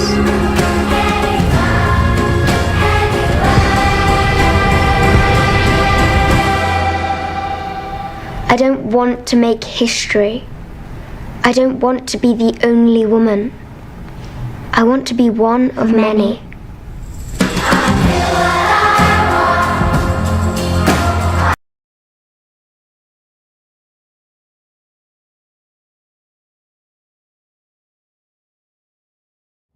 Embarrassed. Too embarrassed to speak to a loved one. Too embarrassed to speak to your doctor. Too embarrassed. When in our lifetime, 1 in 4 black men will be diagnosed with prostate cancer. 1 in 12 black men will die from prostate cancer. Let me repeat that. 1 in 4 black men will be diagnosed with prostate cancer. 1 in 12 black men will die from prostate cancer disease. 1 in 12. That could be your dad, even your older brother, uncle, or grandfather. You need to make sure they are not embarrassed to speak to you or their doctor about it. Hey, Dad, have you had your prostate checked out? See? How hard is that? It's easy. Just start the conversation. Prostate cancer is survivable if caught and treated early enough. Don't let embarrassment stop you having this important conversation. You may save someone's life. Not just your own.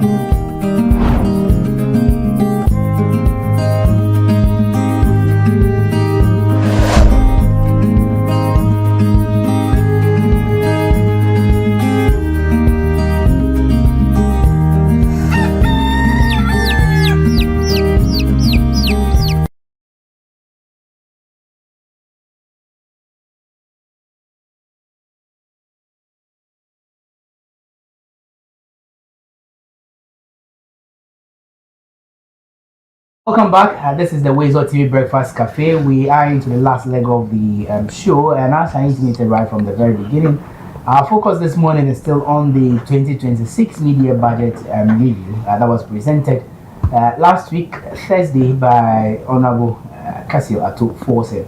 This morning, let's delve deeper into it. It's quite a broad document, but we'll take sector by sector. Today, we're focusing on the energy sector. I told you earlier that one of the main campaign promises of the NDC is the 24-hour economy. Now, one of the machinery on which this 24-hour economy will propel has to do with power, right? Energy. So it means that the energy sector is a critical role or a contributing factor to the success of the 24-hour economy. How well are we ready for that? We look at the various things or the various things the minister stated in his presentation. I'll just illustrate or mention a few of them. He mentioned that the government has allocated some 12.4 billion to clear legacy debt, and that's a very big one, right? But to what extent is that enough to safeguard what we have already made, the gains we have made as well? Godfrey just read something about the downstream and the amount of money that has been pumped into that as well. I'll get to that side where I'll talk about, I'll ask Ms. Nsia that question. there is also a question or a conversation around the reforms in the sector. So quite a compounding one. But hopefully, my guests will do justice. So remember, the government has also paid some or made some commitments to the IPPs. It means that our power is likely to stay on for a very long time. But don't also forget, there is a conversation on the energy transition, right? Where does Ghana lie in all of that conversation? Let's get onto the phone lines and speak to Mr. Benjamin Nsia. He is the Executive Director of SEMSE. He has joined us via Zoom. Hopefully we get to speak to Dr. Elikin Mafetobo as well. Mr. Nsia, good morning. Good morning, Ron. I'm doing well. Let me, first of all, even take your initial take on the 2026 media budget that was presented last week with focus on the energy sector. What the minister stated. The budget looks promising. It also introduces certain reforms needed to sustain the fiscal position of the sector, and also promises to deal with our deficits in the upstream, that is petroleum production. So in its entirety, it looks promising. The actual realization or the realization of some of these targets is based on the commitments and then our obligations to achieving them. Okay, now, Mr. Zak, let's even delve a little bit deeper into it. You look at the breakdowns the minister mentioned, the allocation that has been made for the clearance of the legacy energy sector debt. Would you say it's enough to sustain the gains we have made so far? I think the most positive from that sector is not the clearance of legacy debt or historical debt. The positive I heard from him is the non-recurrent of legacy debt, where now we don't have month-on-month recurring debt or year-on-year recurring debt because of ECG's ability to mobilize enough revenue from power sales. I think that's the most significant aspect of dealing with the financial distress of the power sector, especially on the part of government. As for the legacy debt, we are aware that we've paid almost 42%, and the projection is that by 2030 we should exhaust the payment of $1.1 billion. And I think year on year we allocate about $300 million to settle this particular debt. So that for me has been addressed. But historically, the other challenge was that whilst we're paying the historical or legacy debt, they were also compounding recurrent debt as a result of our inability to mobilize enough, and also as a result of higher system losses. But that has been addressed by the higher retention of revenue by ECG, and also higher reporting of revenue by ECG to the cash waterfall mechanism. So I think that should be the most significant part of this particular budget in terms of dealing with non-recurrent or dealing with recurrent debt that continues to cause risk in the power sector.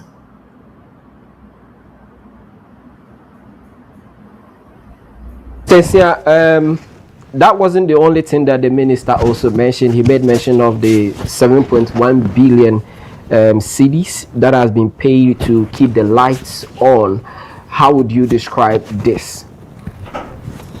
I think that is also positive because the sector we already know has a sector shortfall, and year on year we pay this particular shortfall. If you look at his annual ESLA report for 2025, he made us aware that we paid about 22 billion for the sector shortfall, and what it also means is that paying 7 billion in the year 2026 means that the sector shortfall is also reducing, because even if you are going to pay another 7 billion in the second half, that puts the sector shortfall around 14 billion. So that is also quite significant. And I mentioned earlier that the major challenge for us in the power sector was the recurrent debt.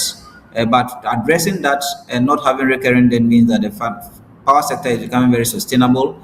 It's becoming risk-free, even though we have a lot to do in terms of reforms, and is on the path of growth and reliability in terms of improving infrastructure, especially by the year 2029 and 2030. So the 7.1 7 billion allocation is also quite significant in addressing debt situation of the power sector and also addressing some fuel purchase situations. And I think that we must commend government in all in ensuring that the power sector, in terms of revenue mobilization, is enough to settle recurrent debt, and also the power sector is becoming more efficient in allocating resources to settle historical debt, and that is kudos to the government on that part.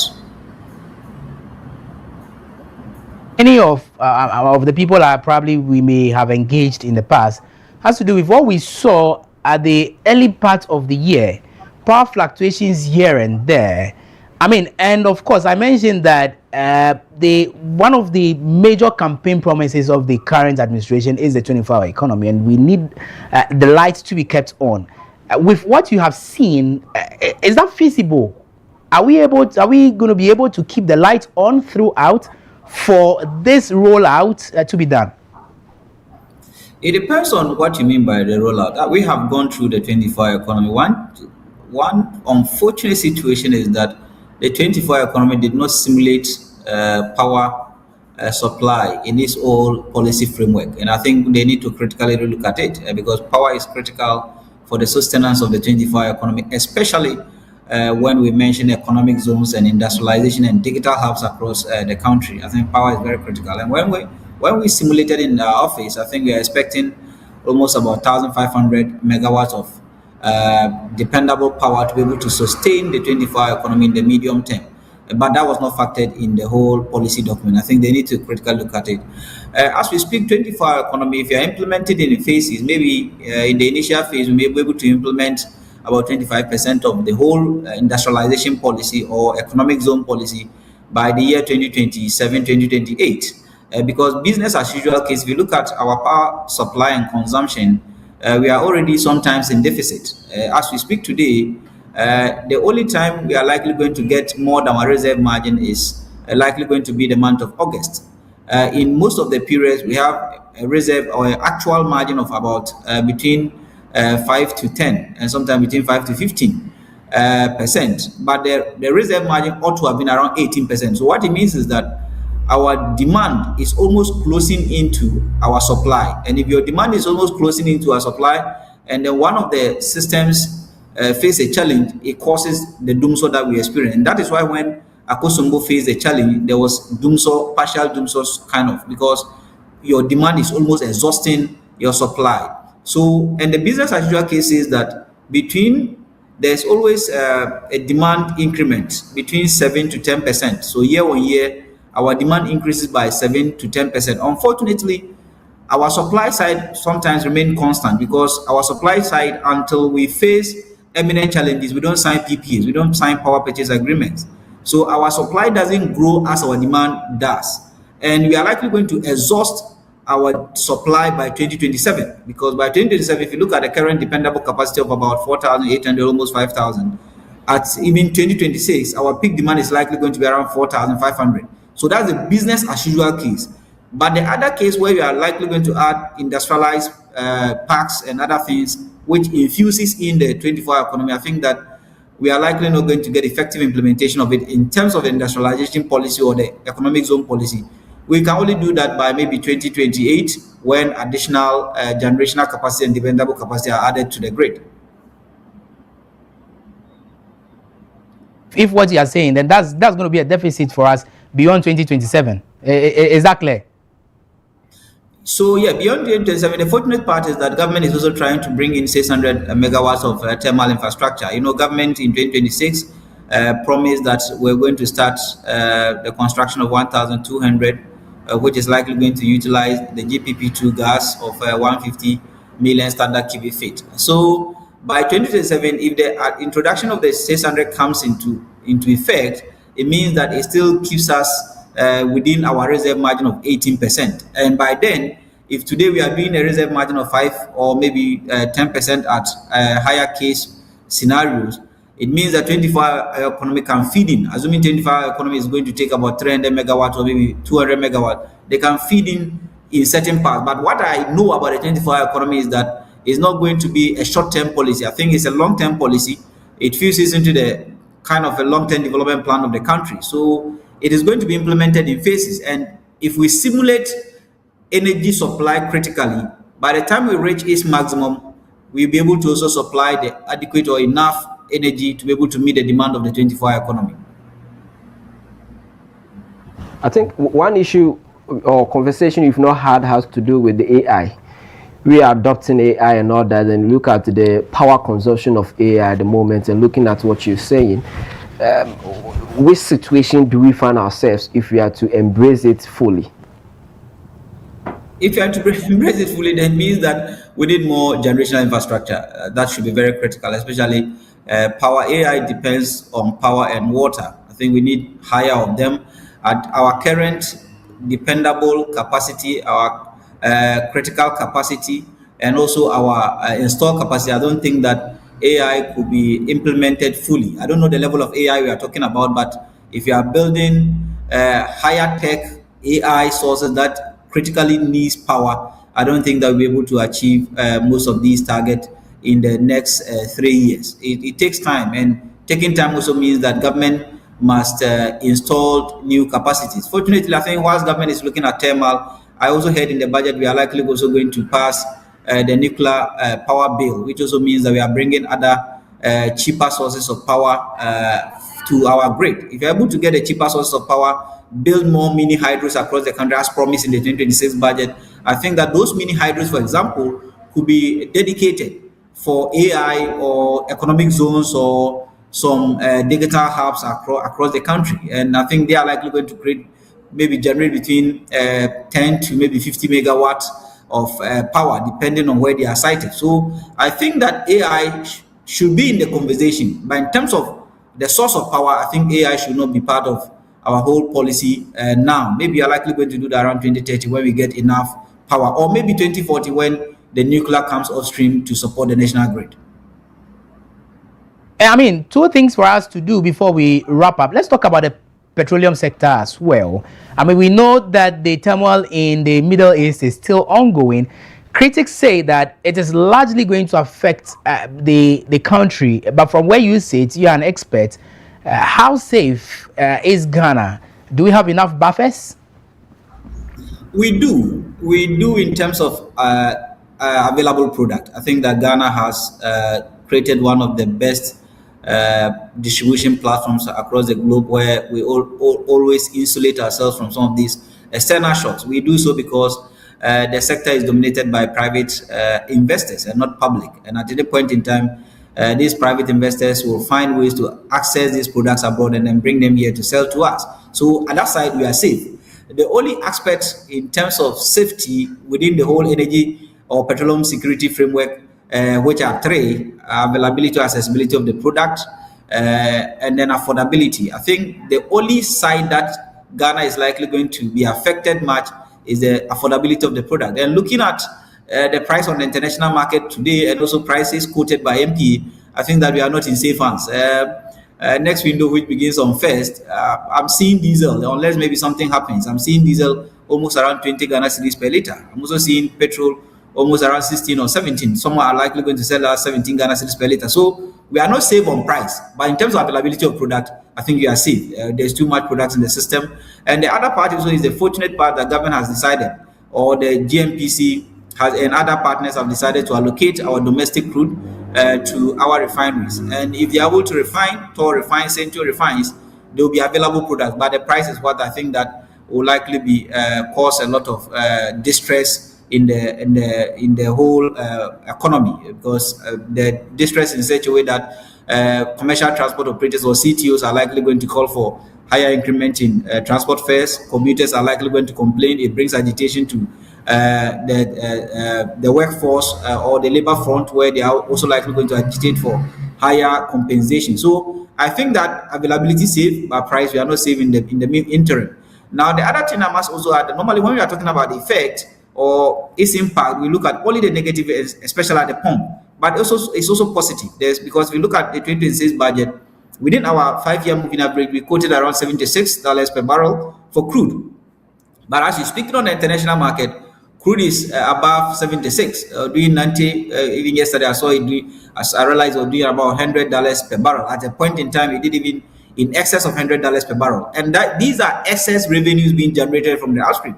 So whilst the downstream is being affected and we are all crying, the finance minister is also making more revenue, or there's revenue inflows to balance our fiscal position due to increments of the price of crude oil on the international market. Minds me, I mean, so one on the one Ghana cedis levy, has it outlived its usefulness? That's one. Two, the latest updates on TOR, what is it? What you are in there? What's the latest? What are they saying? Are we ready? I think that one Ghana cedi is likely going to exhaust its course by 2030 because one Ghana cedi addresses sector shortfalls, which includes the legacy debt. So we mobilize it to pay our legacy debt. Fortunately, we are not recurring any legacy debt. So by 2030, I think that we should exhaust paying this legacy debt. By 2030, as you heard the minister, if there's more gas inflows, it also means that liquid fuels may not be that needed. If we are going to need them, we are not going to need them in higher quantity. So by 2030, I think that we should exhaust. If the politicians don't find any means to collect it, by 2030, we should exhaust the one Ghana cedi 95 pesos per liter on petrol, and the one Ghana cedi is 93 pesos per liter on diesel. I don't want to say one Ghana cedis now because if you look at the act that introduced the one Ghana cedis, it is called Energy Sector Shortfall and Debt Repayment Act, or the ESLA in its historical sense. It introduced one Ghana cedis by 1135, but today we have 1141 that made consolidated the previous levies for the power sector, be it the energy debt recovery levy, be it the price stabilization levy, be it the sanitation and pollution levy, be it the energy sector recovery levy. We've consolidated these into the one Ghana cedi that was proposed in the 1135. So now we have one Ghana cedis 95 pesos per liter for petrol and then one Ghana cedi 93 pesos per liter for diesel. There's nothing like one Ghana cedi again. But I think that levy is likely going to be exhausted by 2030 when we're able to deal with the legacy debt and also reduce the consumption of liquid fuel from other side, and also reduce the cost of natural gas, because the minister has indicated that cost of natural gas is likely going to reduce by about 18%, and that is also likely going to contribute to a reduction in electricity tariff. So by 2030, I think that we should exhaust. Now, you also asked about TOR. I think TOR is doing well. Last week, the management of TOR, led by the managing director, Edmond Combat Messiesos, and then we thought the place and realized that it is refining, and refining means that we need certain reforms in the petroleum downstream to sustain its activities, and one is constant supply of the product either from domestic sources or external sources, whereby they get some credit hands from the Bank of Ghana or the Ministry of Finance to support them to get the products to refine. I think that is very critical, because without the product, they cannot be sustainable. Feedstock is, as we speak, they need about 20 million barrels of crude oil in a year. Government has already allocated about 1 million barrels, which means we still have in deficit of about 19 million barrels. Even though they are going to get it from other sources, I think constant flow from the state will also ensure that TOR is able to refine and refine well. Now, beyond the refining, I think that we need to also police them in terms of good corporate governance structure and accountable and responsible governance structure that ensures that whatever they take, they're able to pay for it so that they can take more and then realize profit. Now, also, I think, which also infuses into the new MPA Act, we have what we call the infrastructure margin. TOR also needs support in terms of infrastructure. As BOST is getting, TOR also needs that infrastructure margin to be able to also revitalize or recapitalize some of these dilapidated investment or infrastructure. I think that is also critical. So TOR is now doing well, has realized a profit of 1.24 billion Ghana cedis, first in some years. So we must commend them for their activities. But the Ghanaian will feel the impact of TOR when government of Ghana decides to sell the product, or the GMPC decides to sell the product that it sells to TOR in cedis and not in dollars. The current framework we have, government is selling the product as if they were selling the product to external off-takers. But TOR is not an external off-taker. It's a local off-taker. So if you're able to sell the product to TOR in cedis, they're able to price in cedis regardless of the dollar, and it makes the product on the market quite cheaper for the Ghanaian petroleum consumers. So these are things I think that if government critically looks at, it also compensates for higher price of petroleum products and make it cheaper for the Ghanaian commercial transport operator or private user of petroleum products. Thank you so much. Very unfortunate our time wouldn't permit us to delve too much into the other issues, but we'll hang it here. Hopefully in our subsequent shows, we'll have you in the studio. Thank you. It's been a while, so try and pass by. I've heard you, Randy. I'll show you pass by one of these days. All right. Thank you so much. So there, viewers, you heard Mr. Benjamin Nsia. He is the Executive Director at SEMSE, an energy policy think tank. We need to go. Gentleman and lady. We need to go. So many questions in that sector to be asked, though. Yeah, but unfortunately, we had too much time on the other issues. And it's next week. We need to brace ourselves for. He says there will be. Yes, a very possible increase. Yeah. Very. Aside the margins are too high. Yeah. And that is where, I mean, the increment in lorry fare might also come in, and every other product as well. So, I mean, let's see. But he has congratulated Tor. We saw it. Tor is producing something, but we can only feel it when he mentioned like the pricing is in cities where we can really afford. There is also another good news, and I think the President himself mentioned it, and I was also in that meeting, stakeholders engagement of so ex-Loco Ghana. They are likely to drill oil inshore pretty surely, I think by the end of the year as well. So let's see how it pans out in the coming days. Charlie, final words. Charlie, this is your time. As I just won. No, I'm saying that this time is good for Jonas and the guys in the stomach. Because of the size of the stomach. Did I say that? But that's what you said. I said the people with case 5. What was case 5? You look at the way.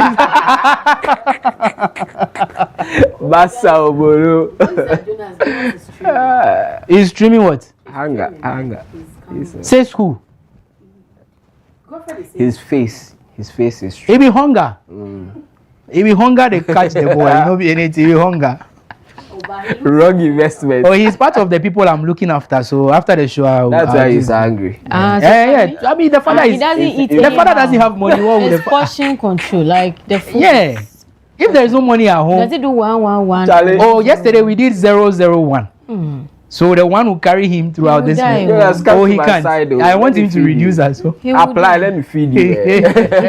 You'll be fine. Anyway, Charlie, thank you so much. Now, take us home. And thank you so much, viewers, for joining us this morning. We hope you had a great time with us here on the WoezorTV Breakfast Cafe. Please keep your dials on WoezorTV. We have lots and lots more for you. But until then, see you tomorrow. Bye for now.